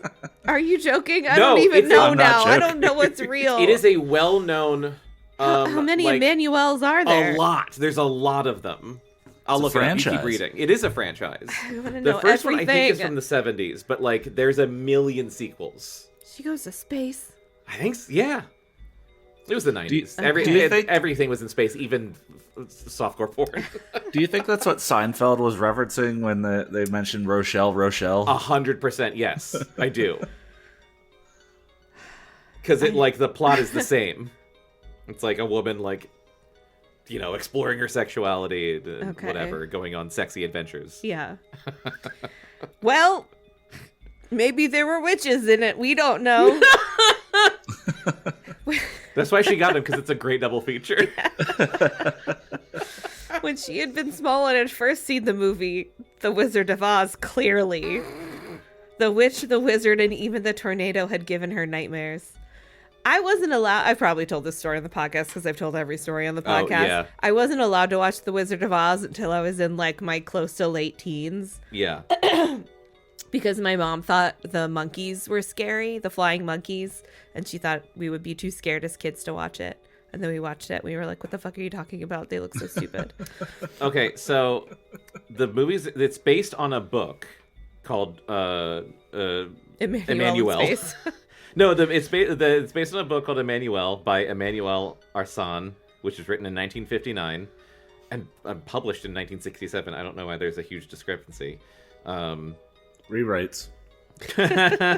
So I'm just gonna real quick. She had to go fuck some more people and make some updates. Yes, gonna Need real more quick content. list these movies. 1969. Nice. A Man for Emmanuelle is the, I guess, name of the first movie. And then 1973, there's two movies. Swap Meet at the Love Shack. Fuck. Swap Meet at the Love Shack? Also called Emmanuelle Meets the Wife Swappers. And Tender and Perverse Emmanuelle. 1974, Free Love, or The Real Emmanuelle. Emmanuelle, The Erotic Diary of a Lumberjack, or Erotic Daughter of Emmanuelle. 1975. Wait, what? Hold on. Some of these have multiple titles. So did Emmanuelle's daughter start to become someone? You have to. So if you Emmanuelle's keep daughter it fucked going a that long. lumberjack? Is that Probably. that Generational. movie? Okay. Yeah. 1975, The Daughter of Emmanuelle, Tokyo Emmanuelle, Private Lessons, Emmanuelle's Revenge, or Emmanuelle and Francoise, Black Emmanuelle, and Emmanuelle 2. Then, 1976. Emmanuelle 2 Guys. after like 80 Emmanuelles. Guys, 1976 is where it really starts to get going. Forever Are they still making these? I think they are. Forever Emmanuelle, Teenage Emmanuelle, Emmanuelle's Silver Tongue, Emmanuelle in Bangkok, Emmanuelle on Taboo Island, Black Emmanuelle 2, Black Cobra Woman, or Emmanuelle Goes Japanese, which I would also thought was Tokyo Emmanuelle. Black Velvet, or Black Emmanuelle, or White Emmanuelle. Oh wait, Black Emmanuelle, White Emmanuelle. Jesus Christ. Emmanuelle. The dichotomy of Emmanuelles. Then there's one called Emmanuelle Black and White, and then a young Emmanuelle, and then Emmanuelle 1977. Some of these seem like repeats. Yeah, some of them do seem like repeats. And there's so many. In the 70s, I mean, that's not surprising. There's just a lot in the 70s. Yeah. High School Emmanuelle, Wet Saturday. Ew! I'm just going to skip to Just the give last... us the highlights Jesus now. This Christ. is a lot of time spent on Emmanuelle. Honestly, guys, this is more Emmanuelle movies than I thought actually existed. When do you think the last Emmanuelle movie came out? What year? This year. 1984. 1984, and then Chris says 2025. 2025. Yep. The last one came out in 2024. Oh my and god. it was also just Price called is Right Emmanuelle. rules. I went over. Did they reboot it? Well, yeah, how many different actresses were Emmanuelle? Oh, that's a over great the question. Span of time. 2023, there's one called Amityville Emmanuelle. Is that like a horror one? What the fuck? All right. We need a spin-off podcast about the Emmanuelle movies. Yeah, apparently. Jesus Christ. That we watch separately. Yes. It's not a group activity. Yeah. Oh my god, we have to go back to this book now. Oh, since then, she had caught the flick or pieces of it several times, and the magic and terror of believing had never come close to the initial experience. But tonight, with the hypnotic strumming of rain on the windows, the bare, drafty spots of the half-furnished house all around her, her isolation and the recent tragic events of her life, the impossible appeared not so intangible, and all the adventures, good and bad, seemed just around the corner.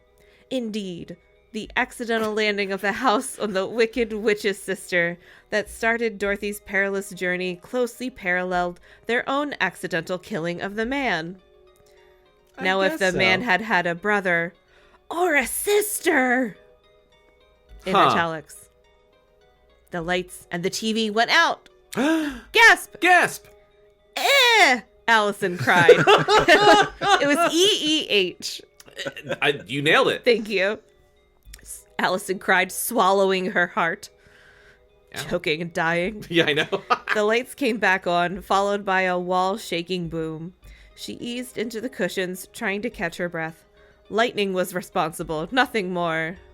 Brenda and Joan would be here soon. That's what I tell myself every time there's a big thunderstorm. Lightning is responsible. Nothing more. Lightning's responsible for this again. No one was going to kill her. Sure. I wallow in your evil. You are a bad witch. The TV was full of static.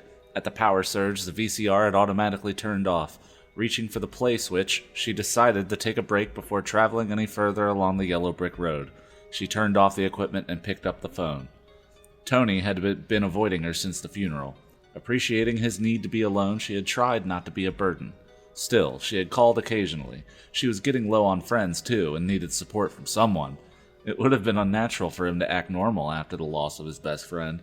Nevertheless, his self-absorption, his long, blank pauses while speaking, frightened her.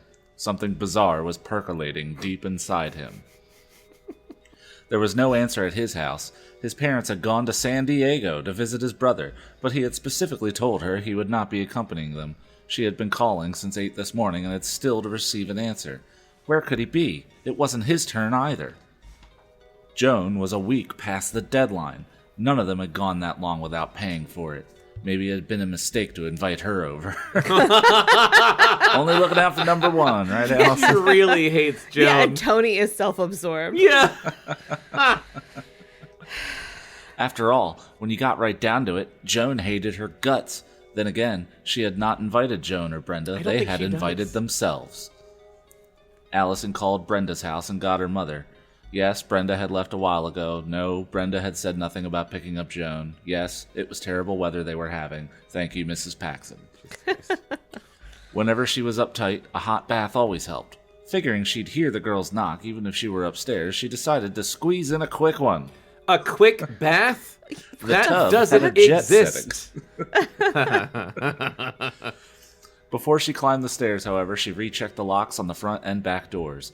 The wet warmth was a let delight. your friends stay out in the fucking thunderstorm while you're in the bath, you bitch. God, she sucks. The wet warmth was a delight, slipping all but her kneecaps and face beneath the bubbly surface. She closed her eyes and thought of how when she was a rich and famous actress, she would have a jacuzzi installed in her Beverly Hills mansion where she could entertain Tony in the way she had read about in Hollywood Wives. And seen in Emmanuelle. The erotic film strip was only half over. They still had their bathing suits on when the phone rang. The erotic film strip in her mind. What? Like, oh, okay. I got confused. So she's just like... They're in their bathing suits in the jacuzzi. Oh, Allison. It was only half over. She hadn't gotten to the good bit yet. You don't get... All right. Reaching for a towel and groaning, she pulled herself up.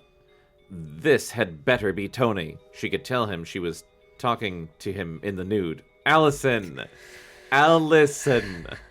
God damn it. She did not waste time drying and got it on the fifth ring, sopping wet. But the instant she picked it up, the party on the other end put the phone down. Whoever it was must not have been that anxious to talk. Since you first breathed in this world, I have watched you. Oh, Did we say it was a doctor? Oh, yeah. Still, I don't know. Standing naked and dripping next to her bed, Jesus fucking Christ, she had the sudden uncanny sensation that she was being watched. Her rational mind knew that eyes perceived only light and could project nothing that could be felt. Yet it was as if twin fingers were lightly tracing down her spine. Cold air shook her from her frightened pose. The window is open. That was it. You're standing naked next to an open fucking window. Everyone's watching, Allison. Everyone's watching. And it's nighttime. You know how light works? Her subconscious had registered the fact before her conscious mind and had been reminding her via her paranoia that she was standing naked in a lit room where anyone out on the street could see her. That sounded reasonable. Sure did. Hugging the towel to her breasts, she hastily closed the window, pulling over the curtains. She dressed warmly in a heavy pair of corduroy pants and a thick woolen sweater. That does sound cozy. She was pulling on a second pair of socks, when the lights went out for the second time. The darkness lasted and lasted. She'd noticed no flash of lightning, and she counted to 30 and heard no thunder. Having no natural explanation for the loss of power, she began to imagine a dozen unnatural ones, with a sharp blade and a puddle of blood in every one. But once again, before she could go off the deep end, the lights snapped back on. Her tension burst out of her in a cackle of a laugh that sounded alien to her ears. So the lights just came on. She's like, ha ha! Where were those stupid girls? The downstairs TV was also back on, full of static. Just like Poltergeist. From experience, she knew the power switch was tricky and could pop on if not pressed hard enough. That's what she said. But she could have sworn she'd hit the thing squarely. Fretting over the tiny irregularity, she made another check on the doors. What she found did not soothe her nerves. The deadbolt knob on the back door was turned up, which is where it normally should have been to be locked. Hang on. I need a drink of water before I read whatever the fuck this is about. I have a tickle in my throat. Is it just like logistics of doors and locks Yeah. and whatever the fuck? Cool. That's what we need in the second to last chapter. The deadbolt knob on the back door was turned up, which is where it normally should have been to be locked. When it had been installed, however, the carpenter had been either drunk or unfamiliar with the brand and had arranged matters so that the door was locked when the switch was horizontal. That would make me fucking insane. I swear to God, we had a lock like that in our house growing up. All contractors are insane. Yeah, yeah. And I'm not surprised. What did it say? Drunk or what? Unfamiliar with the brand. Guess what, Allison? It's both. Yeah. Based off of every interaction we've ever had with a contractor. It's both. And if you're listening to this and you're too young and you've never dealt with a contractor, fucking strap in. You just wait. Just wait until you ever have to hire one, because they're insane. Her father had reminded her of this flaw this morning, in fact, and she was almost positive she had turned it sideways before going for her bath. But could she have, out of habit, done the opposite? She must have. What alternative was there? Okay. If you are afraid someone's going to come into your house and kill you, and you lock the doors... I would never take a bath until the situation was resolved. First of all, that. But like, you lock the doors, don't you also jiggle it? Don't you Oh also... my God, you test it. I do it when I leave the house. I'm paranoid as fuck. Turn the handle and you try it. You Yeah. try it. You try it, Allison. I do that even when I'm not thinking someone's going to kill me. Yeah. She must have. What alternative was there? Oh, say the caretaker just happened to be in the neighborhood. I guess that was her inner monologue, because then, shut up, she told herself, twisting the lock, yanking on the knob to prove to herself the door couldn't budge an inch. She went into the kitchen and poured herself a glass of milk. There was a phone next to the microwave, and she tried Tony again. She is so boring. Sneak some of your parents' alcohol, Allison. Oh my God, seriously. 20 rings got her nothing. The wind raking the outside walls howled softly, sad and forlorn. Closing her eyes, she strained her ears to detect a trace of civilization beyond. The hum of the distant freeway, the drone of an overhead plane, the passing of a nearby motorist. But there was only the cold storm and the beating of her heart. She tossed the milk down the sink, as she should have. That's disgusting. That's awful. Yeah. The static on the TV... At least throw some chocolate in that shit. Yeah. Oh, that would be comforting. It would be. The static on the TV was disquieting, so she restarted the VCR and huddled in the corner of the couch. Just her luck, the heroes were creeping through the witch's wicked woods, about to be attacked by monsters. Although she knew everyone would live happily ever after, she couldn't entirely dispel the irrational possibility that this was a black market version of the story, with a different ending, violent and bitter ending. Did she rent Return to Oz instead? Is that scary? It's terrifying. Okay. Nuts, you're nuts, she muttered, the way nuts people do, picking up the phone and setting it on her lap like it was a pet that could comfort her.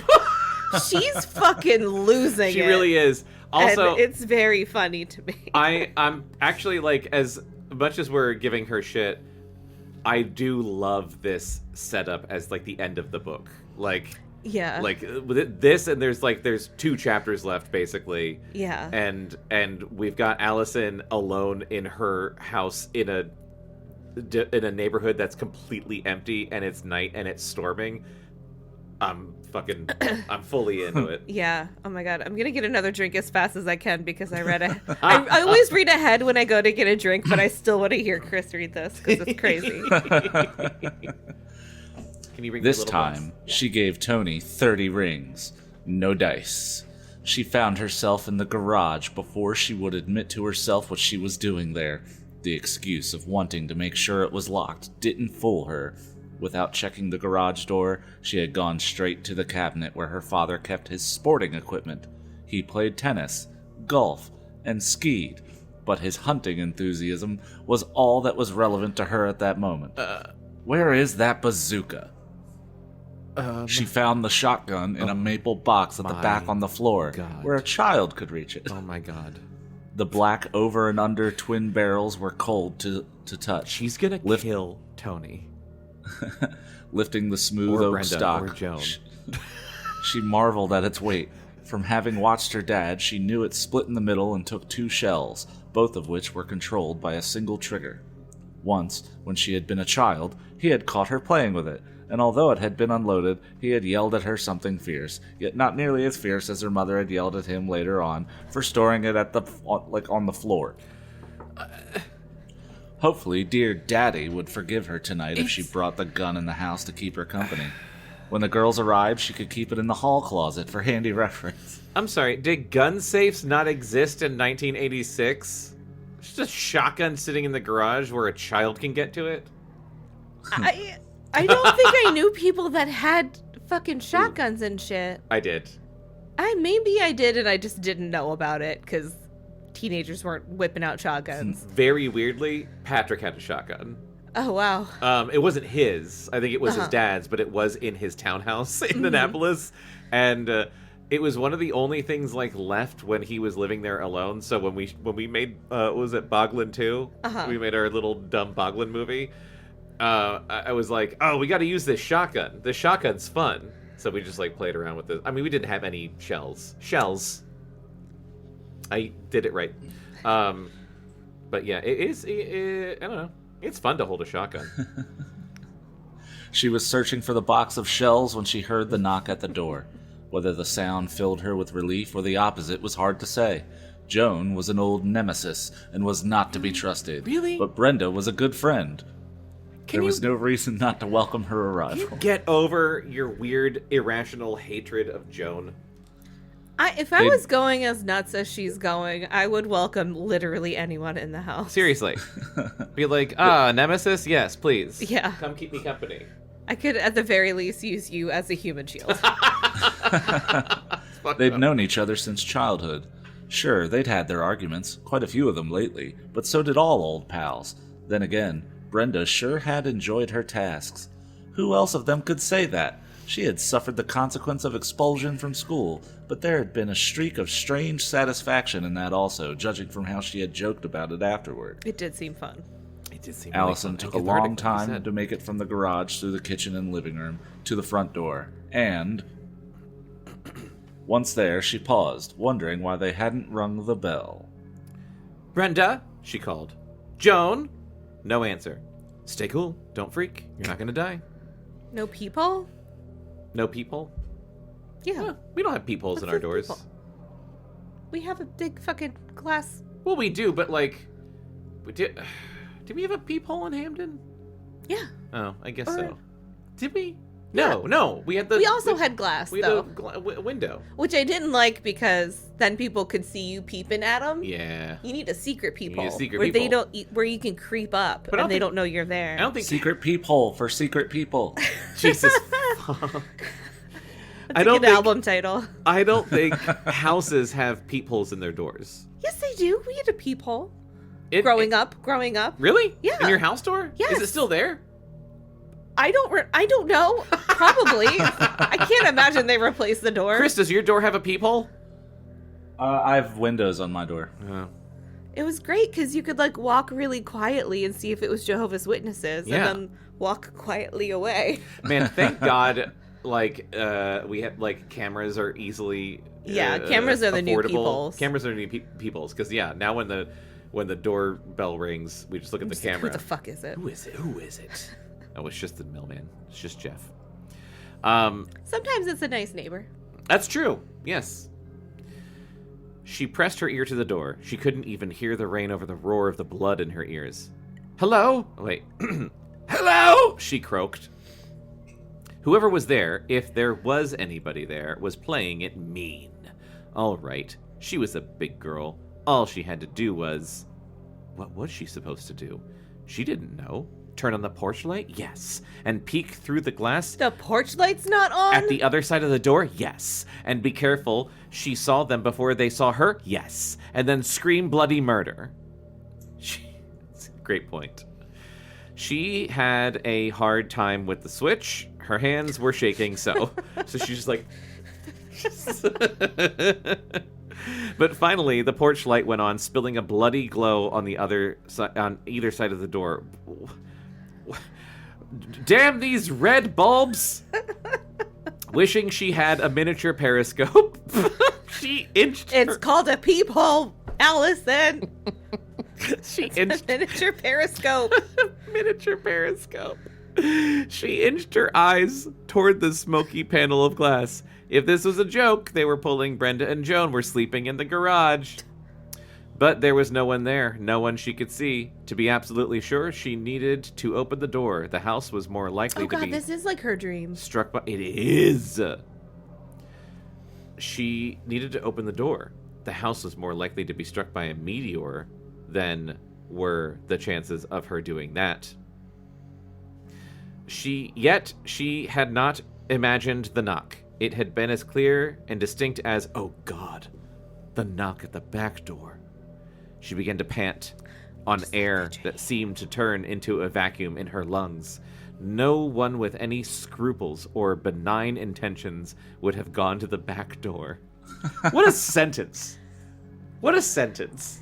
Maybe if the fucking porch light was off, I'd probably go to the back door if the light was on. Yeah. And she took her goddamn sweet time getting to the door. Well, look, no one with any scruples or benign intentions. Well, I would guess have I gone don't to the have back door. scruples then. Yeah. Only psychotics with Yeah, masks. your guys' old place. I went to the back door more often than not. That's true. Yeah. And you just let yourself in. Oh man, remember when that hobo kitty left all them carcasses in your backyard? Oh. And even though you had warned me, I was not prepared. None There's of no us way were to prepare prepared for for the amount that. of dead, disemboweled mice that we had to deal with that summer. Right outside my car door in the morning. Yeah. Oh, God. Looking out, having to look outside the car before I get out. Literally nowhere to step. What That- a crazy thing that happened. And I just remember thinking, this problem will solve itself. I don't know, other animals will eat these things or whatever, they'll wash away. But they didn't. And I then never thought that. I just remember I putting don't on a know pair how of gloves you think and... water works. Because you also thought half a trash can full of water with a dead rat in it Yep. would somehow be like a typhoon wave down the whole alley and not just splat on the ground and stay on the ground. It's like you thought you were hitting it with a fire hose.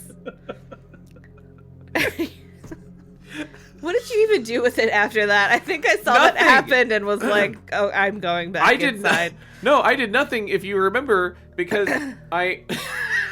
there was a He thought it would wash down There the was alley. a big drowned rat floating in a trash can full of water, and I dragged it. It was so heavy, it was full of water. I dragged it into the alley, and I tipped it over, and the rat just splatted onto the ground in the alley. And then I left it, and then over the next, I want to say, 4 months, that rat just slowly dissolved. You could have at least dragged it down to the curb. With what? My hand? No, the can!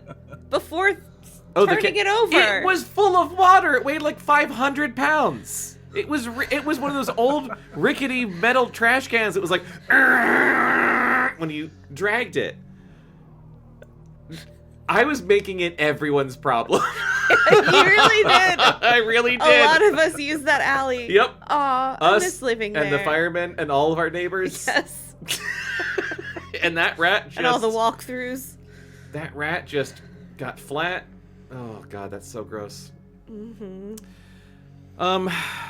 Okay. City living. City City living. living. But remember tubing down the alley in the snow? Oh, I That loved was it. Great. I loved it. I loved every minute that except blizzard. when a rat got into the actual kitchen. I didn't like that. And also the inside out rat. Oh, the rat with no face. And also the rat that charged us when we were sitting outside. oh yeah. There were a lot of rat problems. Rats running need to- across the telephone wires. You need to illustrate a children's book, The Rats I Have Known. Yeah. I did- All the scritching under the sink. We just heard claws. Oh, that was awful. Years ago, our friend Jordan Clark, who is a previous guest on this podcast, and he should come back. He wanted to do a Baltimore zine with like a bunch of web comic or comic people, and it never like went anywhere because I just remember him like kind of pitching it. And I was super into the idea because I remember thinking, I know exactly what my comic is going to be. My Yeah. comic's going to be called The Rat with No Face, and it was going to be a little anthology of all the rat stories culminating in the fucking rat walking up with no face, which was the worst one out I of Oh, think all it was of them. alive? The rat. You were there! Yeah.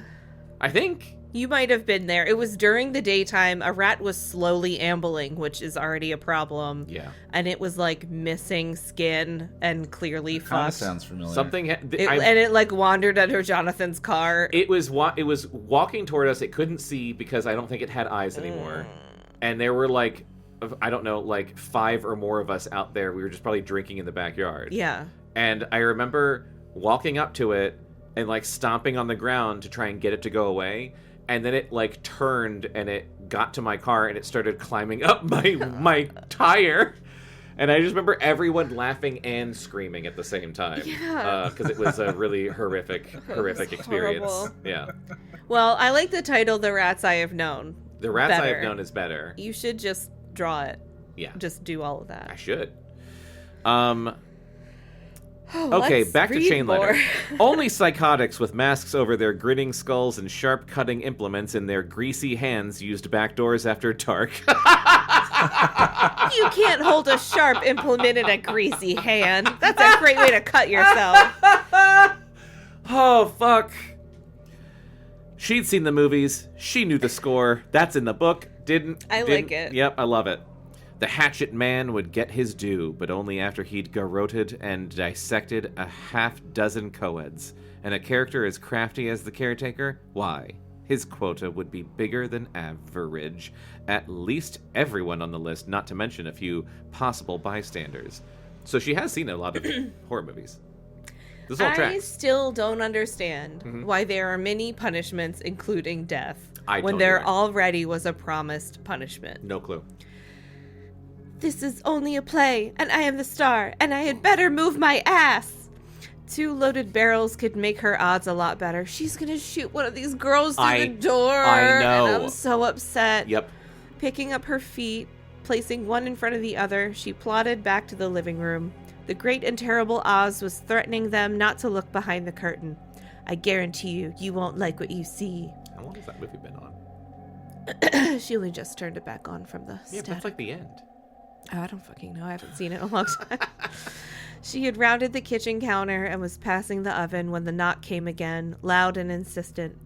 For a moment, what was left of her courage ran out the bottom of her feet, collecting shit in a herself. sticky puddle on the floor, preventing her from budging an inch. Did she piss herself? I guess she pissed out of her feet. I don't know. Then a slight peculiarity in the origin and quality of the knocking seized its way into her thoughts. As it sounded again, she listened closely, and it seemed to be coming, not from the back door, but from the far den. Also, the texture was not of knuckles on wood, but of wood striking itself. What? The door is hitting itself. I don't know. That sentence was nuts. And I loved it, but it was nuts. It's so good. The shutters? The innocent solution to the deadly dilemma brought a flood of relief. She When cracked... was the last time a house had functional shutters? Great question, Chris. Never in my lifetime. Yeah. The innocent solution... Yeah, I've only ever seen shutters that were decorative. Yeah. Like, not functional. I've only ever seen shutters be shutters in movies about tornadoes. Yeah. They're there just to show you that it's windy. Yes. The innocent solution to the deadly dilemma brought a flood of relief. She cracked a big smile, enough to permanently stretch her face, and forgot all about the shotgun. She is unhinged. Yeah, she's not having a great time. Turning, she hurried back the way she had come, striding into the rear hall and opening the den door. A glance out the room's windows confirmed that the shutters were loose and banging in the wind. Parting the glass, she reached out into the wet night air and fastened them tightly in place with a metal clasp. She felt about 10 million times better. The phone rang. "Tony!" she called, bouncing into the living room toward the couch. She would have to tell him about the mysterious knocks, leaving out the shutters. Maybe it would inspire him to come over and spend the night.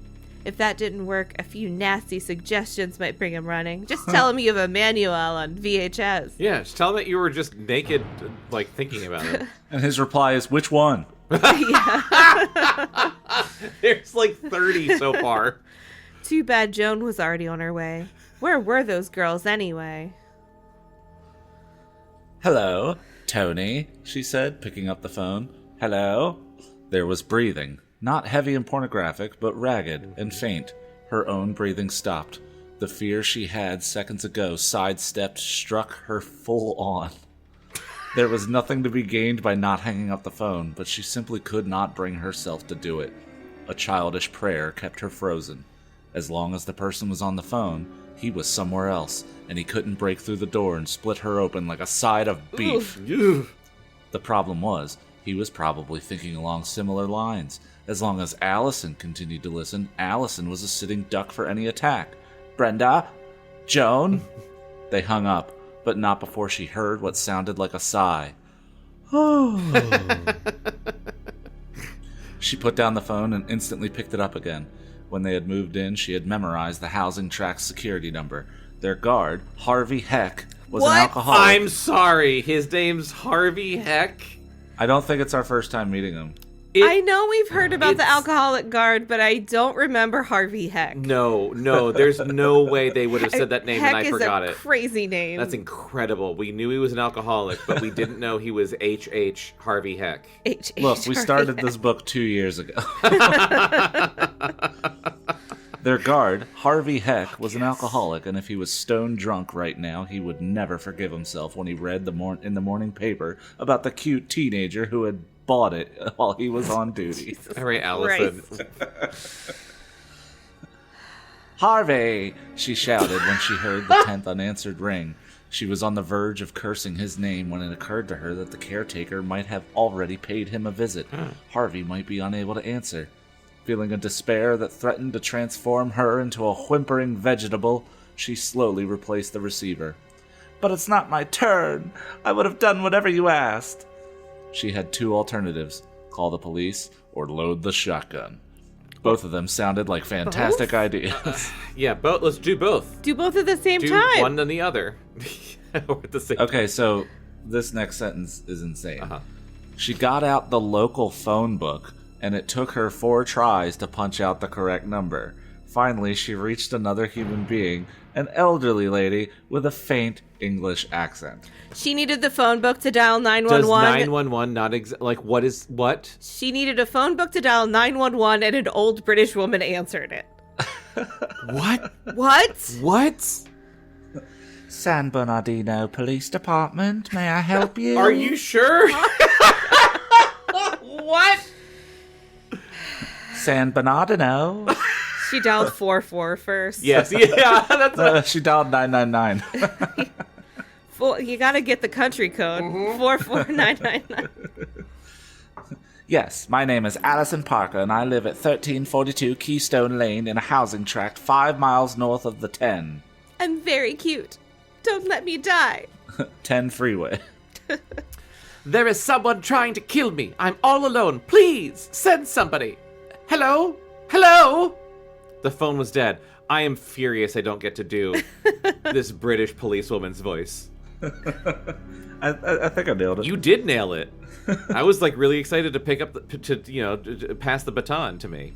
The connection. Take the baton. Take the baton. Thank you.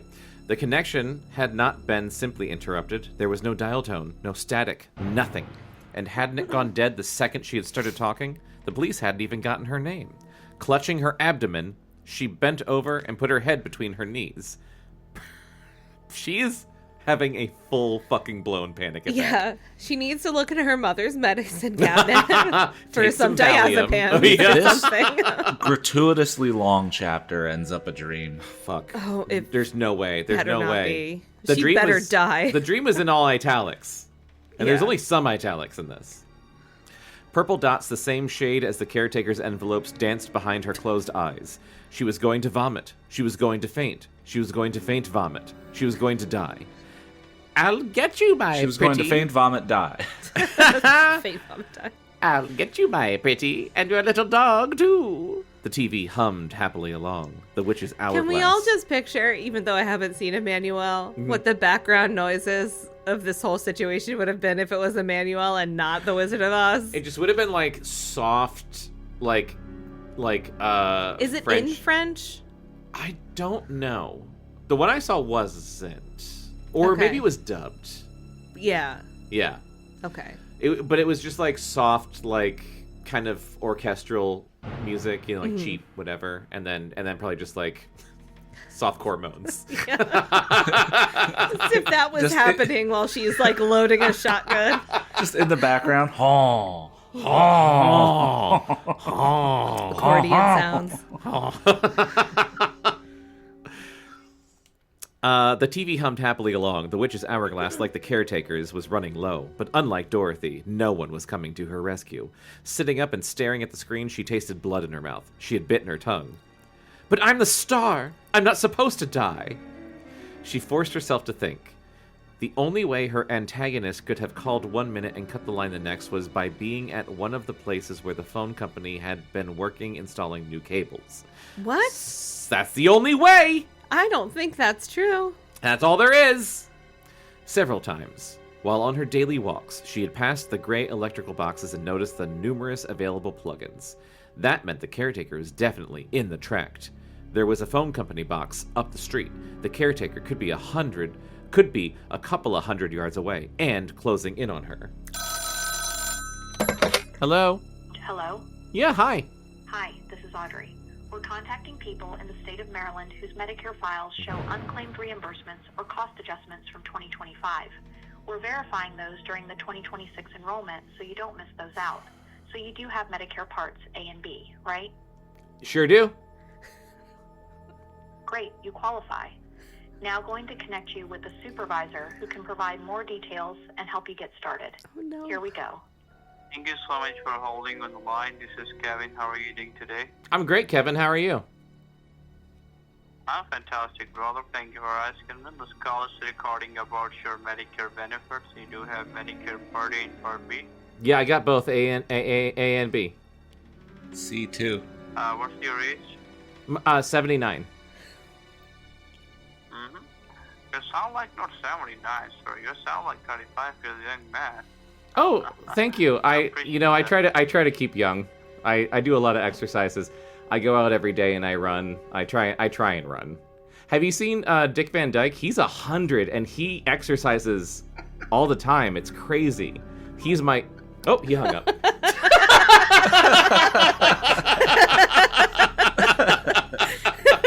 I was gonna say, like, don't say yes to a robot.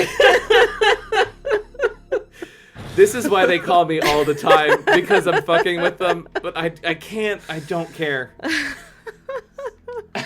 See, if that was my job, I feel like that would be the highlight of my day. Because you're not even being rude or like cussing them out. No, yeah. You're just being a little fucking goofball. Just being a scamp. Also, what a compliment. He thought you were 35. I know. Oh, I thought he said 25. Oh, Maybe it was 35. Oh, yeah, I All right, so you know the next one. 79. The next one, put on an old man voice. Be like, yes. See, okay. Old man Rosenberger. I keep forgetting. If it's Medicare, it's Oh gotta my be. God. Yeah. I keep forgetting to do voices. I keep just doing my voice, but I keep thinking like, ooh, I should do this as like Basil Jin and Old Man Rosenberger. I need to start doing some fucking voices when I answer the phone. Oh boy. Okay. As soon as you pick up, you just start going, Grace! Grace! Grace! Do I have Medicare A or B? Where's my prescription card? Where is it, Grace? Oh! I have Medicare. See? Damn it, I should have done that. Next time, guys. Next time. Oh, where was I? What's I happening? tried feeding you lines. I know. I didn't see. Okay, Chris, I didn't think that was gonna. I didn't think you were gonna feed me lines. So that threw me a little bit. Okay. I think he nailed it with the Dick Van Dyke.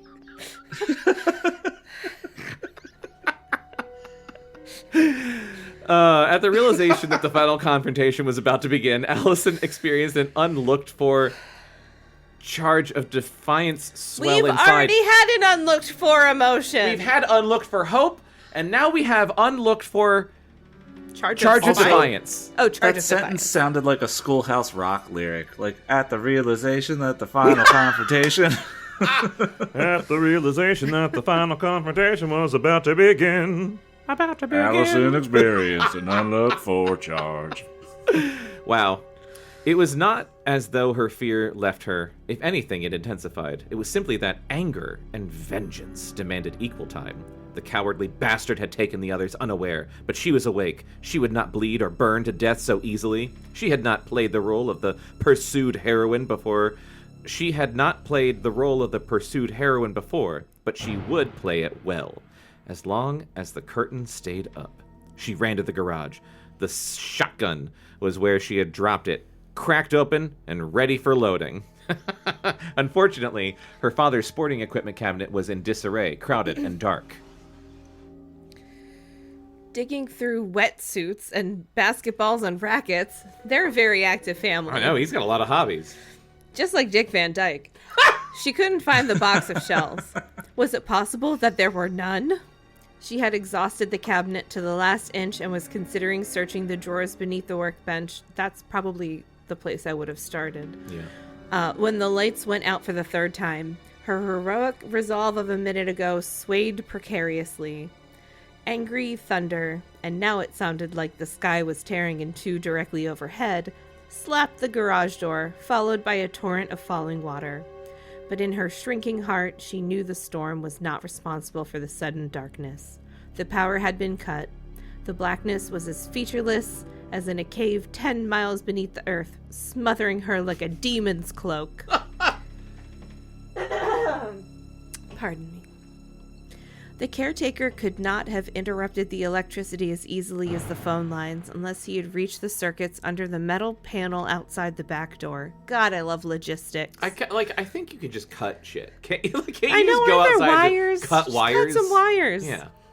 And a deadbolt would not stop anyone who had stolen kids right from beneath the eyes of their loving families. She had to find those shells. The magic slippers were always right under her nose. I don't know if that's a quote from the movie or if she's just being unhinged about Wizard of Oz. Yeah, she's being unhinged. And Okay. The movie was on.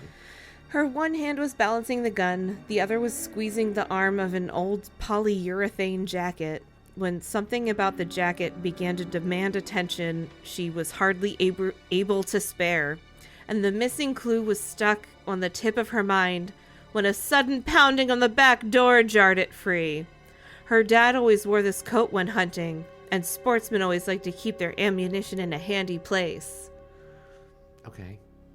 What? She saw a hunting coat, Okay. found the bullets. Okay. There were 2 shells in the coat's front right pocket. Relying solely upon feel, she guided the cartridges into the rear of the barrels, and disengaging the safety, she snapped the shotgun straight. One glance at that maniac's face to know forever who he was, and then she would splatter his features so his own mother wouldn't be able to recognize him. Good God! / she's going to shoot Brenda in the face. She's gonna shoot Brenda in the face. The garage was strategic. I'm having trouble reading, and I don't know if it's me or if it's the book. The garage was strategically a terrible place to be, and she did not entirely want to wait for him to come to her. Positioning the stock into the soft flesh beneath her shoulder, holding the twin barrels aloft with her left hand and putting her right finger on the trigger, she silently slipped out of the dark garage into the dark kitchen, crouching down, using the stove as cover. She couldn't even see the end of her weapon and was sorely tempted to turn on the light for a second to get her bearings, but that would only serve to make her an easy target. Didn't they Also, cut the the power power? was cut, you dumb bitch. Yeah. The blind waited a lifetime in the dark. What? She would be patient. Soon, very soon, they would have to show themselves. Her plan lasted exactly 2 seconds. The back door convulsed from a splintering blow. Oh, please, good God, don't be a bad God. That's awesome. Good That's a God, good don't be a line. bad God. It sounds like you're talking to a dog. Holy shit. Good Don't sound be a like bad an axe. God. Good God. It sounded like an axe. It wasn't the Tin Man's axe. Jesus. Frantically, she began to reconsider waiting. There were a lot of cons. She was depending on a weapon she had never fired. What if it jammed? What if she missed? There was an alternative she had never considered before shotgun. because it meant going outside. But at this instant, when she knew exactly where the caretaker was, it didn't seem like such a bad move to grab her keys, quietly open the front door, run out to the street to her car, and put her foot on the accelerator and keep it there. The boom from the second blow of the axe reverberated through the house and promptly settled the issue.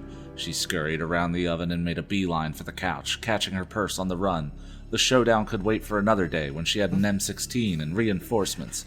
She hurried to the front door. A gun she's very familiar with. Shotgun. If you had an M16, it would just... Isn't that automatic? Probably. She just... She's like... To undo the stubborn deadbolt, she had to set down the gun, which she did reluctantly. Careful, lest she interrupt the caretaker's efforts to turn the back door into firewood, she twisted the lock. Did you hear about the girl who was stuffed up her own chimney? What? Which was her internal monologue, I guess. Yeah. It was stuck. Something, a bobby pin probably, had been jammed into the lock from the outside. A hard slap could knock it out, but she would do almost as well calling out. How hard was that fucking door? I don't know. Going out the front door, sorry, I can't stay. A portion of the back door cracked inward. She started pounding on the lock, and still it would not turn. First, she had been afraid of someone getting in, and now she couldn't get out. Well, if that maniac could force his way inside, she could force her way outside. You don't have an axe, though. Dropping her purse, grabbing the shotgun, she swung the stock into the glass panels that lined the entrance. The resulting jagged hole was tight, but she was in a hurry, and a scratch was infinitely preferable to a hack. Once again, setting down the weapon. Stop setting down the weapon! She dropped to her knees and thrust her arm outside into the cold air, feeling for the lock. Her fingers had lightly brushed... Yeah, like, put it up on your shoulder like a cool guy. Yeah! You got another hand? You can hold a shotgun in one hand. It's probably so heavy. I'm sure it's I don't know. heavy. I've never held one. Her fingers had lightly brushed the keyhole, and there was indeed a pin stuck in there when she realized the chopping on the back door had stopped. That meant... Someone grabbed her arm! She was yanked hard. Her head smacked the door, and she saw black holes inside instead of stars, pain exploding behind her eyes. Had she not been so damn disgusted at being caught so easily, she might have passed out right there and then. "Hate you!" she screamed. Hate? Hate you! I'm sorry, I need hate to... you. Hate you? I thought you said you. hate, like a ghost. Oh, hate. No, hate you! Hate you? Hate you! Like, I hate you. Hate you! I know, but that's fucking wild. That's what she screamed, Okay. desperately trying to position her feet against the glass and door where she could use the strength in her hamstrings to push and hopefully get her arm back while it was still attached. But the bastard's hold was firm and she was too cramped to maneuver her legs into place. After several agonizing seconds of the insane tug of war, what finally came to her aid was her own blood. With every... Thanks, blood. Thanks, blood! With every yank and pull, the teeth of the cracked glass dug deeper into the flesh of her left arm, bringing a flow of the oily red liquid from her elbow to her wrist, finally causing the caretaker's vice-like grip to slip slightly. The slip didn't set her free, but it did give her the space she needed to plant her feet. Throwing back her head, she shoved with every muscle in her body, instantly snapping loose and landing on her butt over 10 feet from the door. Dazed, her arm on fire, she climbed up on her elbows, seeing the blurred silhouette of a moving axe through what was left of the glass panels. Jesus Christ. How long is this chapter? Quite long. We're getting Yeah, there. I read about that poor girl. What a mess. That's what they'll all say. While that scene was happening, I was thinking about Green Room. Do you remember Green Room? Oh, yeah. Ugh. That's a good movie. It's a really good movie. I don't remember details, just There's- that it was good. I've only seen it once. I There's the think. scene where they're when they're trapped in the green room, they're trying to do like a trade. It's pretty early on, and Anton Yelkin R.I.P.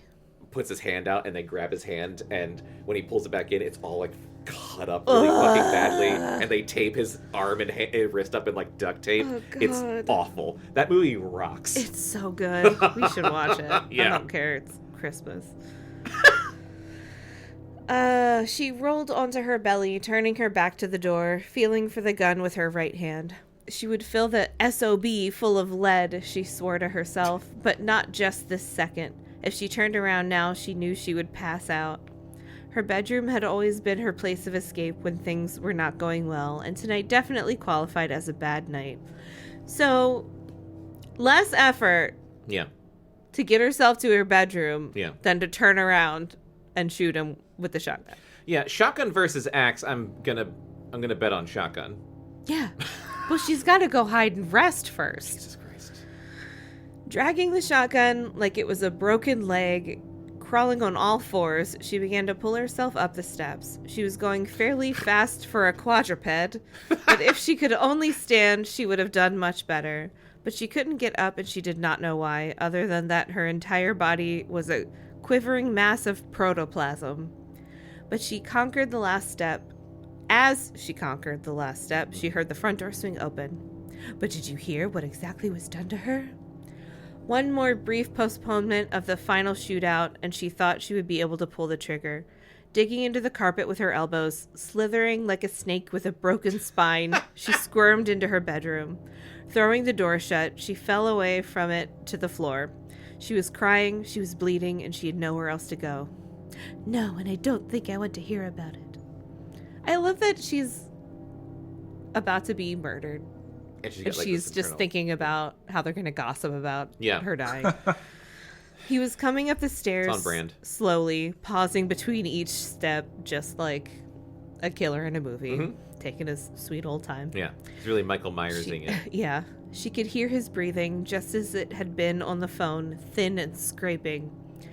Whether he was male or female was impossible to tell, but we're going with he, I guess. The house was new and still the boards creaked with each plodding footfall. That meant either the building contractors had ignored the county codes or else the caretaker was huge and maybe not even human. It's a new house. It's settling. I love how much she is like, God damn these contractors. These fucking contractors really screwed us. If Fran and Neil had guessed right, she would need silver shot in the shells to stop it, if it could be stopped. I'll tell you anyway. Hope you've got a strong stomach. Oh my God. He knew which room was hers. He knew everything about her. There's probably a trail of blood. The steps came to a halt on the other side of the door. Breathing pushed through the cracks, and she thought she could hear a heartbeat, a rib cage pressed against the wood, the beats echoing like radar sent out by a bat, rebounding back to the source, telling him exactly where she lay. If he had a gun, he wouldn't even have to open the door. He could simply point and fire, and afterward do what he would with her body at his leisure. I don't like that at all. Her blood was everywhere. On the carpet, the curtains, the ceiling. One good shot, she told herself, climbing to her knees. If she could get that, she could make her graduation and pick up her diploma in person. The door could stay shut for her, too. Instead of as and not a be a ghost. problem. Yeah. Clapping down on her wheezing breath, she inched forward, hugging the left, where a centered bullet wouldn't catch her begging. What? Which I don't know what that means. I don't either. At first, the police weren't sure if it had been an animal. She propped herself up on the wall behind the door and held the shotgun straight out like it was a weight bar she was doing exercises with, pointing the muzzle toward the exact middle of the door, squeezing the trigger to within a millimeter of contact. The malevolent breathing puffed on, inches away, and all she had to do was close that millimeter, but she couldn't do it. A sudden memory flattened her will. Jesus Christ. The day after the first letter had arrived, God. Joan had approached her and Fran in the school courtyard. They had fought, as they usually did, and Joan had warned her to keep her distance from Tony. In response, she had laughed. "Why? Will I be hurt?" And Joan had smiled and said, "Remember, you have been told." Just The like same the letter. line in the Oh. letter. What? Joan was the caretaker. She was a kidnapper, a pyromaniac, and a murderess. But she was also a sick girl, and Allison simply could not pull the trigger. "Joan," she whispered, "I know it's you." The breathing quickened. Allison pulled the gun back and let it hang at her side. "I know you hate me," she said. I know I've given you a lot of reasons to hate me, but I do want to help you. The door bumped slightly, as if Joan had let her head fall against the wood. Allison felt perhaps it was a sign of surrender. Then the doorknob began to turn. Don't! She shouted. The doorknob stopped. Don't come in! I've got a gun! I don't want to hurt you, but if you come in right now, I'll shoot! The breathing stopped. Joan must be thinking, so Allison started to think some more herself. Pity, Like all virtuous feelings, she was delicate and quickly scattered by a strong gust of reality. What? Fran had disappeared without a trace. Kipp's blood had soaked all the way through his mattress to the floor. Jesus. And what had been left of Neil had been hard to sort out from what had been left of the house. Joan was ill, true, but Joan was still awfully dangerous.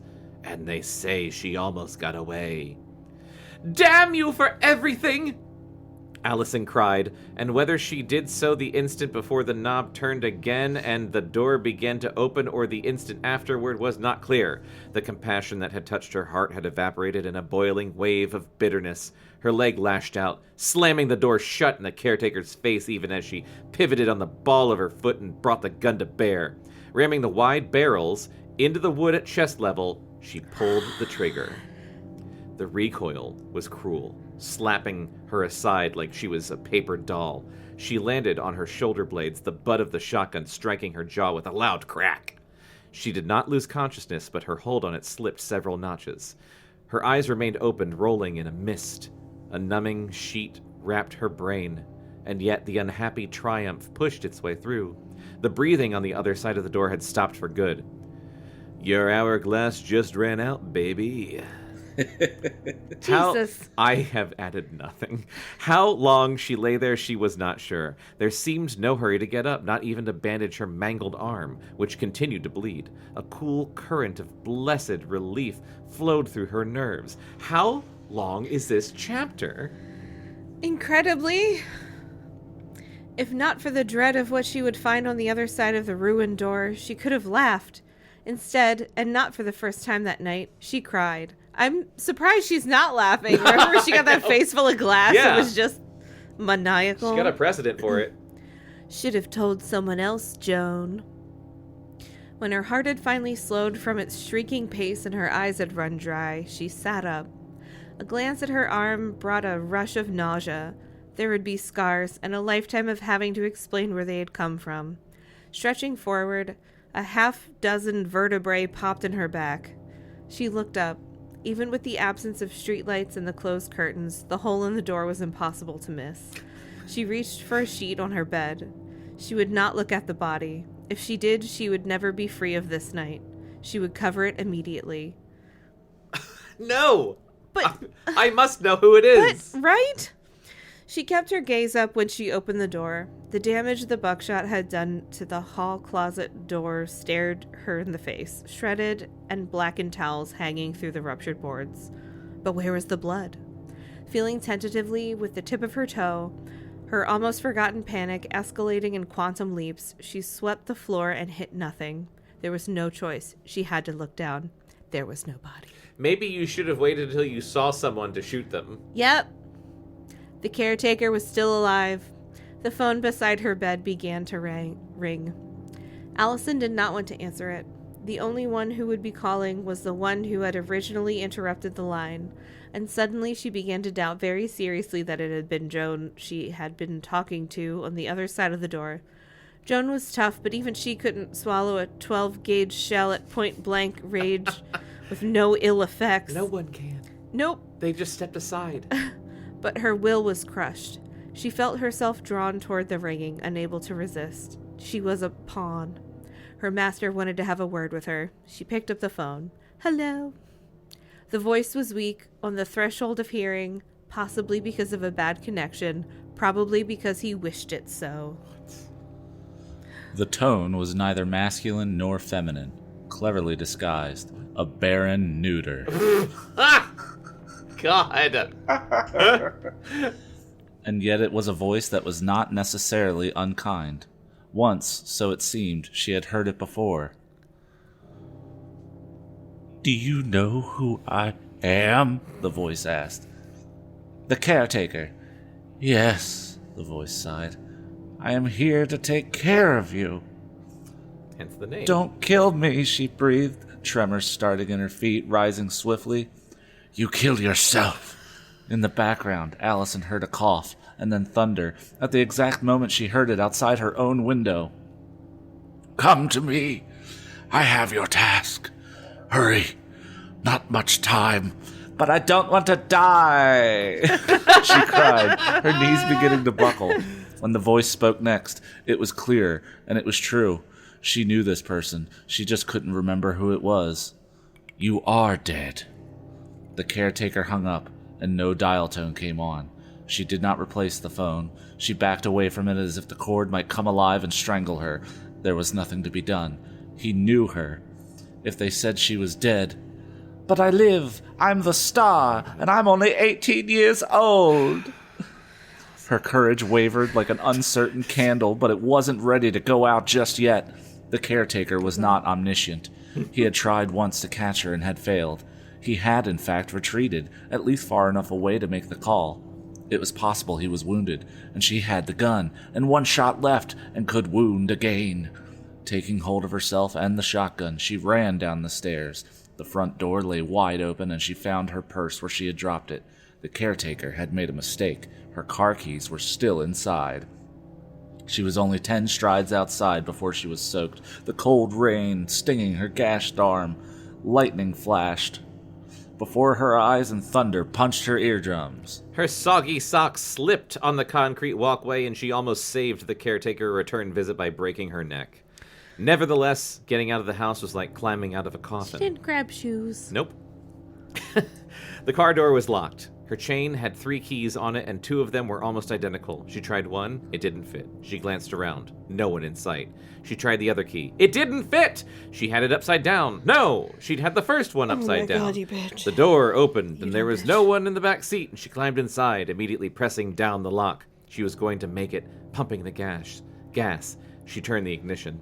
Nothing happened. She was not going to make it. Her head hit the steering wheel with a thud. Upside down, inside out, there were no more ways for her to be torn. She could look under the hood, but she knew that would be futile. The battery cables, the spark plug wires, and probably the fan belt would be cut. The caretaker had made a mistake. Sure, Allie. She slowly got out of the car, leaning on the door window, the rain melting her wax limbs. She could scarcely move. She tried to consider her options, but she had to wonder who she was fooling. Whatever course she picked, it appeared she would end up in exactly the same place. Where was that caretaker? Maybe he wouldn't be so harsh on her if she turned herself in. Huh? She heard music. Someone further down the street was playing a Prince record. Has there been a reference to Prince Nope. in this? This is what it sounds like when the Red doves cry. beret. I like Raspberry Beret better. Corvette. Yeah. Her spark had died 1,000 deaths tonight, and she was afraid to let it rekindle once more. But hadn't her mother mentioned something last week about another family that was ready to move in, and they loved Prince?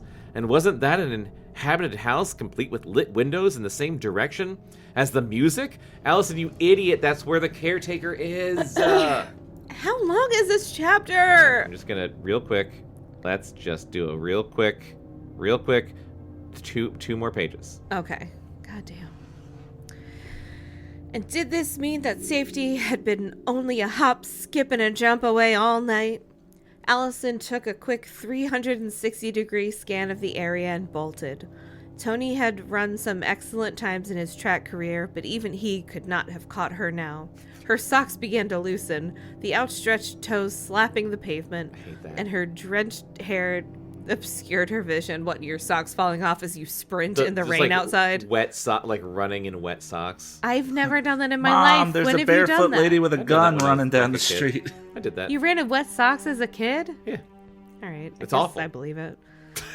I don't think ahead. I didn't think You ahead. put shoes on. Yeah, I didn't think ahead. For when? Was someone chasing you? No, I think we were just, hanging out. Okay, just hanging out, running around in the rain and socks. And her drenched hair obscured her vision. Twice she slipped, once taking the skin off her right knee, but none of this slowed her down. As she reached the driveway, she felt a tiny, wary thread tug at her expanding balloon of joy. She was not a man dying of thirst in a desert seeing a lake. This music was real. She could see the light pouring out of the windows. This was, however, very convenient, and coincidence often bespoke of cunning plans. You know how children think. Above all else, the caretaker was crafty. Was this a trap? I'm just picturing like a Kevin McAllister type fake party, except it's to Prince. Yes. And he's just like moving Yes. the arms of the shit. Oh my god, yes. Without forethought, she had brought the shotgun, and it comforted her as she crept up the walkway toward the front door. Can you imagine this like wet teenager No. with bare feet, bleeding arms, and a shotgun? Yeah. Before the pulse of her terror could beat aloud once more, it began to fade. Above the music, sweeter than any melody ever composed, were dozens of human voices, laughing, dancing, happy. I What? swear to God, if it's what I said it was going to be. What? They're all in there. All her friends. All her friends. All Oh her my fucking god. friends. That can't. Oh my god, it fucking can't be. She passed under the porch, out of the rain, knocking at the door and smiling. So I'm trying to think about what you're saying and how close we are to the end and just coming to terms with everything. Okay. A voice shouted, as always happened at parties, for her to come in. Turning the doorknob, she almost burst out laughing. How welcome would she be toting a shotgun, leaning the weapon against the wall behind the mailbox. Take it, Take you the dumb shotgun. idiot! She opened the door and went inside. The house was empty. No people and no furniture, except for 3 unshaded lamps sitting on the floor, connected by one long extension cord that looped beneath her feet and under the back of the door. The music seemed to come out of the walls. The celebrating crowd was all around, but conversing on the astral plane. Not to be confused with the Astral Lagoon. Correct. Yes. This is a dry area. Sorry. In Yes, the yes. astral realm. She stood there for perhaps 5 seconds, not knowing which corner of the Twilight Zone she had stumbled in, before turning to look behind the door. It was then the extension cord jerked under her heels, causing her to lose her balance. Oh my god. What Allison. the fuck is Oh happening? my god. The music stopped. The lights went out. Come to me. Darkness had fallen on her on several occasions tonight, but none compared to this, for previously each time she had been alone. An arm encircled her neck, locking tight. In a flash, her pendulum of despair and resolution swung to both extremes. She went limp, giving up, letting her windpipe be closed off. A prayer started in her head, and she had all the words in the past tense. Then she thought of Tony, how kind and beautiful he was, how much she would miss him, and how he would be the next victim. And that, more than anything, brought her back to life.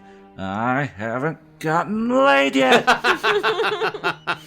She cut hard and sharp with both elbows, catching ribs, the caretaker's breath whistling in her ear. The hold on her neck loosened slightly, and she was able to refill her lungs.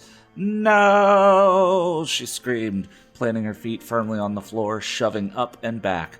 One bang followed the other, a head smacking the wall, her head smacking a jaw. The arm around her neck slipped once more, and she jumped forward, grasping for the half-open door. But she was not totally free. Lost my place. But she was not totally... Sorry. Son of a Sorry. bitch.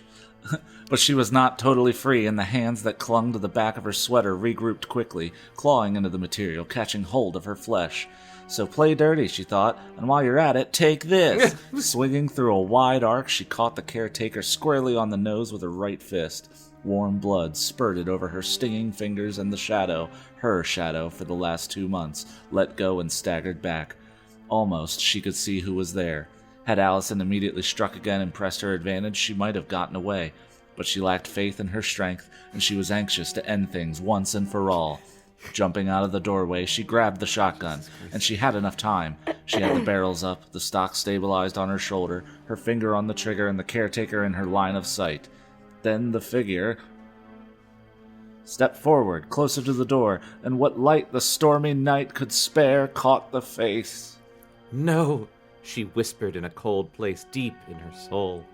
The caretaker was someone impossible. Eyes stared into hers and nodded. Goddess.